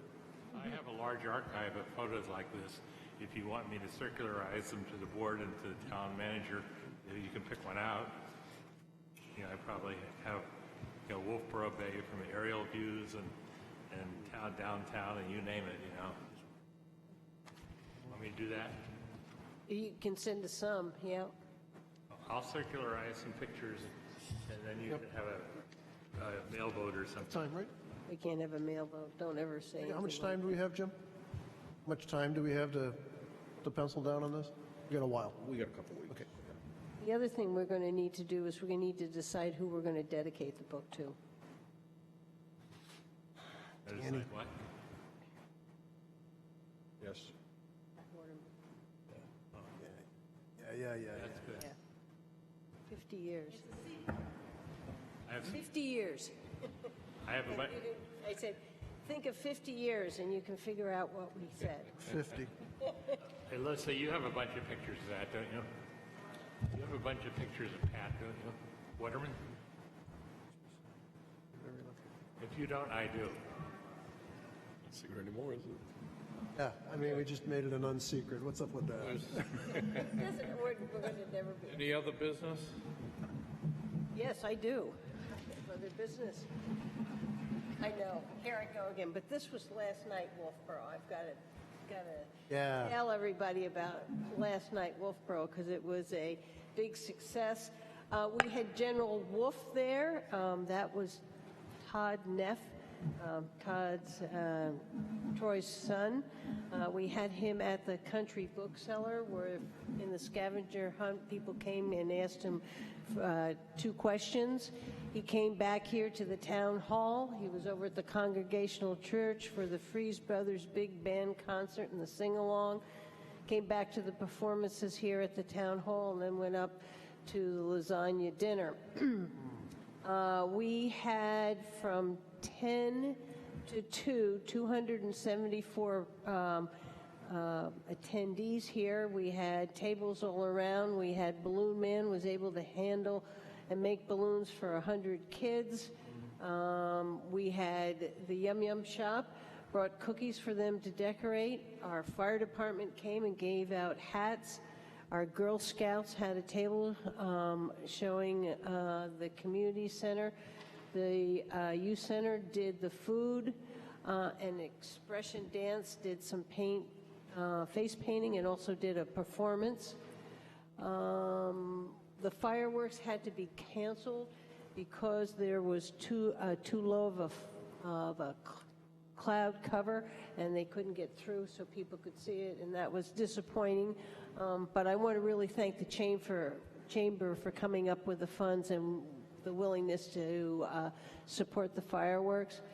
The Freeze Brothers Big Band, there were 53 people there. A family sing-along, a family game show had 100, a sing-along had 28, the magic show had 170, bingo 135, and wildlife encounters had 263 attendees. All Saints Episcopal Church lasagna dinner with an accordion player had 93. Contra Dance had 44. So in total, we had 1,164 participants in last night, and we were able to raise just a little over $1,000. And we had a great time. So thank all our sponsors who came out, helped us, and it's a good night. And when you were all done, you sent out a survey on social media to say, what can we do next year to make it even much better? Yes, we did. We've done that every year. For you. Yeah. Yes. Have a great committee. Committee reports? Paul? Budget committee. Lucky. Lovely. But also got some data. I won't go into it. Here's a quiz question for all of you out there who have telephone service. We have now been able to gather from our friends at Consolidated Communications a little bit of information. Two things that you need to know in order to at least be considered that you're in the real world of the internet. Download speeds of 25 megabits, upload speeds of 3 megabits. That's a threshold. I'll be disrespectful and say you can do better than that in Baghdad. 6% of our access lines in this town, 6% qualify. 94% of our town does not qualify for those download and upload speeds. More to come on that. All I have to report. Brad? Yeah, last night we had a planning board meeting. We had our couple small subdivisions, and we had our public hearings, final public hearings on the warrant articles. That was it for me so far this week. We have obviously Friends of Libby tomorrow night, which we talked about earlier. I had a ZBA meeting on Monday night. All I've had this week. David? Nothing from me. I've been giving pictures to a number of historians. I had an Energy Committee meeting just before Christmas, and I've been joining Paul at the Budget Committee meetings. Okay, Town Manager's report? Budgets, warrant articles, and museums. That has taken up the bulk of my time over the past few weeks. One other thing that I believe that we have to schedule, and that would be the bond hearings. Those have to be the last day that we can notice them is on the 14th, and the last day to hold the bond hearing is January 21st. So we need to get those scheduled, if possible, this evening. Want to do it now? Want to do it now? Yeah, please. Do you have a planning board on the 14th, Brad? Matt's left. We met last night. No, 21st is our next one. I think we have Budget Committee on the 14th. 14th. When's the last day, 21st? 21st would be the last day to hold the bond hearings. All right. Well, the 15th, they have a meeting here in reference to municipal elections, which I'm going to. 14th is open, 20th is open. 16th, Yeah. that's open. When do you want to do it, Jim? Well, I mean, if we get it posted tomorrow, I believe based on the time frame they're showing here, you only need a 5-day notification. I've got to verify that tomorrow. But my schedule is very flexible. What happens if we, and I don't see that we'd have a need, but if we did it on the 14th and we had to continue, we had some time? I don't think we would. I think we have a budget committee meeting on the 14th.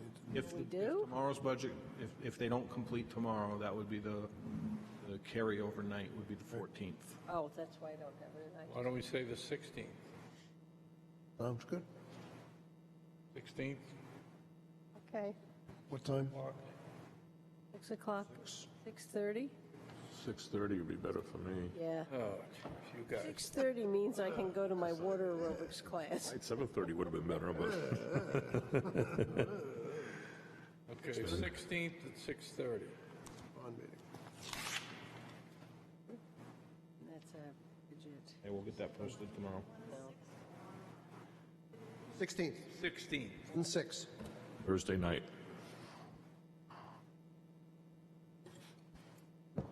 Hey, The only other thing that I have is that if you recall last year, the employees got together and they had a ice fishing tournament.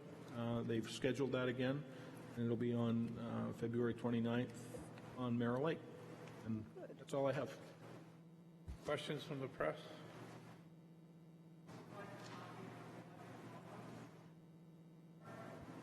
Okay.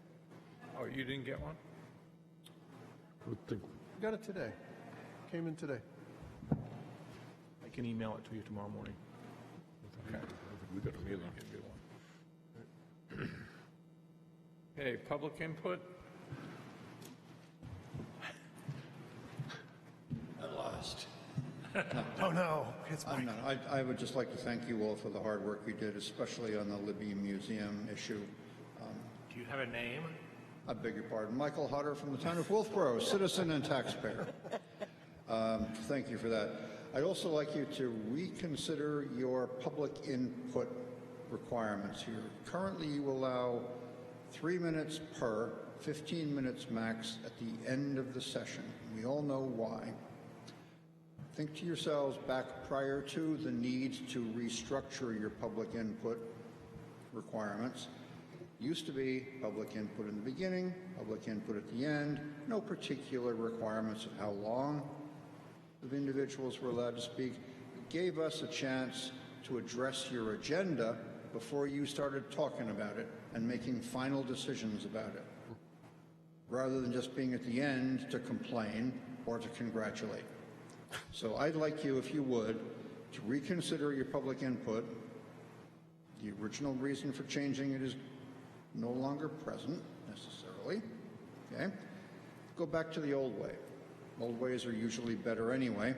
Go back to the old way, have public input in the beginning, public input at the end, and no particular limit on how long people can spiel, unless, you know, they're out of line and you just tell them to be quiet and sit down. Yeah. There was always 3 minutes. There's always a limit. Yeah. I would personally like to keep it. There's a limited amount of time. You can always come back at the end if you want. That limit's very, very rarely enforced anyway. As long as it's rarely enforced, because this being a democracy, you should not be putting limits on how long the public can speak to you. I sit on the planning board. We're going to be thinking about this coming up in our work session in 2020, and I'm arguing there for no limits and public input, guided by the chairman. Obviously, if someone's out of line, she or whoever it might happen to be come March, elections can correct the whip. You have control over that, but don't limit public input as tightly as you have here.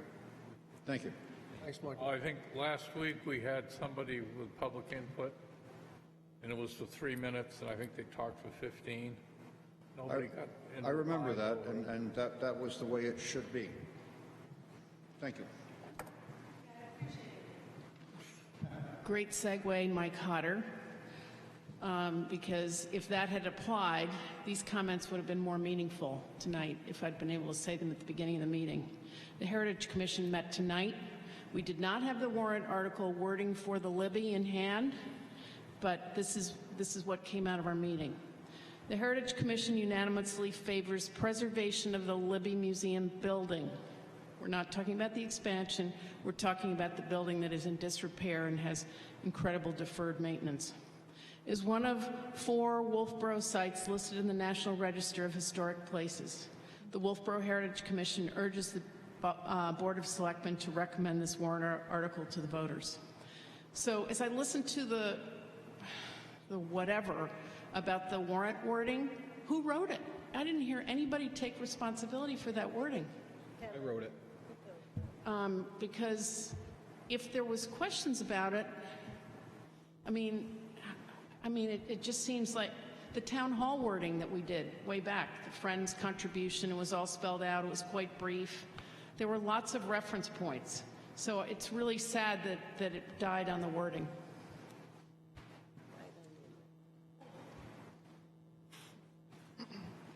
Suzanne Ryan. I'm very disappointed as to what's going on with the Libby. I appreciate your due diligence about the numbers. 2 point whatever million is a lot.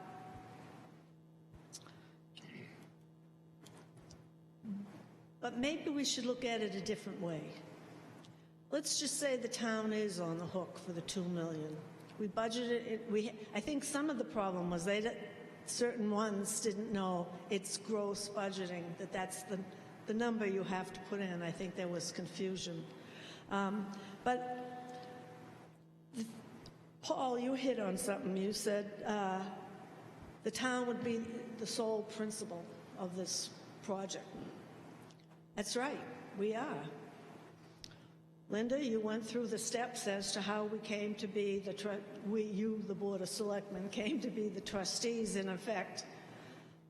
We own the building? No. We're responsible for the building. The care and maintenance of that building, we're responsible for. As such, again, the deed reflects that we cannot permanently close the building. We can close it temporarily for repair, but we can't just close it down because the rich town of Wolfeboro doesn't have the money to restore it. So I think that although you've made your recommendation to the Budget Committee, it doesn't preclude you from a different recommendation when the public hearing is held and more comment is taken. And I hope that the people come back and argue their case again. I'm sure they will. But as I see it, as it stands now, there's only a couple of options.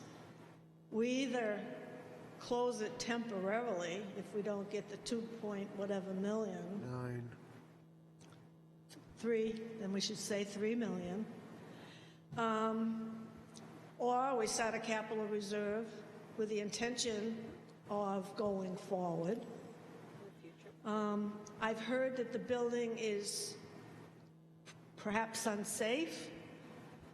So if that's the case, building code needs to get down there and see if it needs to be condemned. I mean, we have to think of the whole thing. But I personally, as a taxpayer, and I'm probably one of the cheapest ones in town, I'm in favor of going forward with that unique opportunity. Maybe not to the scale, but certainly because, Paul, you mentioned once, are we going to have a Metropolitan Museum? The obligation of running something Suzanne, such as that. Did you see the study done by Alba of North Woodstock? I can't hear him. There's a big report. All ALBA, ALBA of North Woodstock, did a big report on it. You should get a copy of that. It's very informative and it doesn't go against anything you're saying. I'm just asking you to look at the whole picture, all the different options, rather than just saying because you heard this warrant article tonight that didn't give you what you needed, you chose to not recommend. And I think that you have to look at the thing that the Board of Selectmen formally and legally are responsible for that building. If you don't want to be responsible, I would imagine you have to go before a judge and have them change the conditions of the will. And I don't think that the majority of the town would be interested in that. It's a wonderful opportunity we have for all generations, all ages, young, old, and so forth. But in closing, thank you for the extended time. By statute, the Budget Committee has the option, and I don't have the statute in front of me, of after they make their recommendations on the budget and the warrant articles, they post a legal posting that they can hold a quick mini meeting, public meeting, after the deliberative session and change their vote. I would like the Board of Selectmen to find out if they have that same option. It's applied to the Budget Committee, but I don't know if the Board of Selectmen has it. Given the deliberative session, it seems like there'll be a lot of amendments made to that, and you may want to change your vote one way or the other. And if you don't have to do it right then and there, it's certainly easier to do it at a little session after a public session. It's not secretive. It's not doing anything behind anyone's back. But if you could check on that, because I don't know the answer. Thank you. We'll see you at the public hearing. Thank you, Susan. Timothy Goodwin, Wolfeboro Community Television. Good evening. I'll be quick. Wednesday next week is the day that you plan to come to read, but that same day, same as happened last year, is our Wolfeboro Community Television annual meeting. 8 o'clock in the morning, 8 bells, right at Lakes Region Technology Center, and we would love to have Board of Selectmen come and participate in that event with us. So you're officially invited. Thank you. Thanks, Tim. Okay. Have a motion to go into non-public? So moved. Aye. Aye, yes. Yes. Second. Second.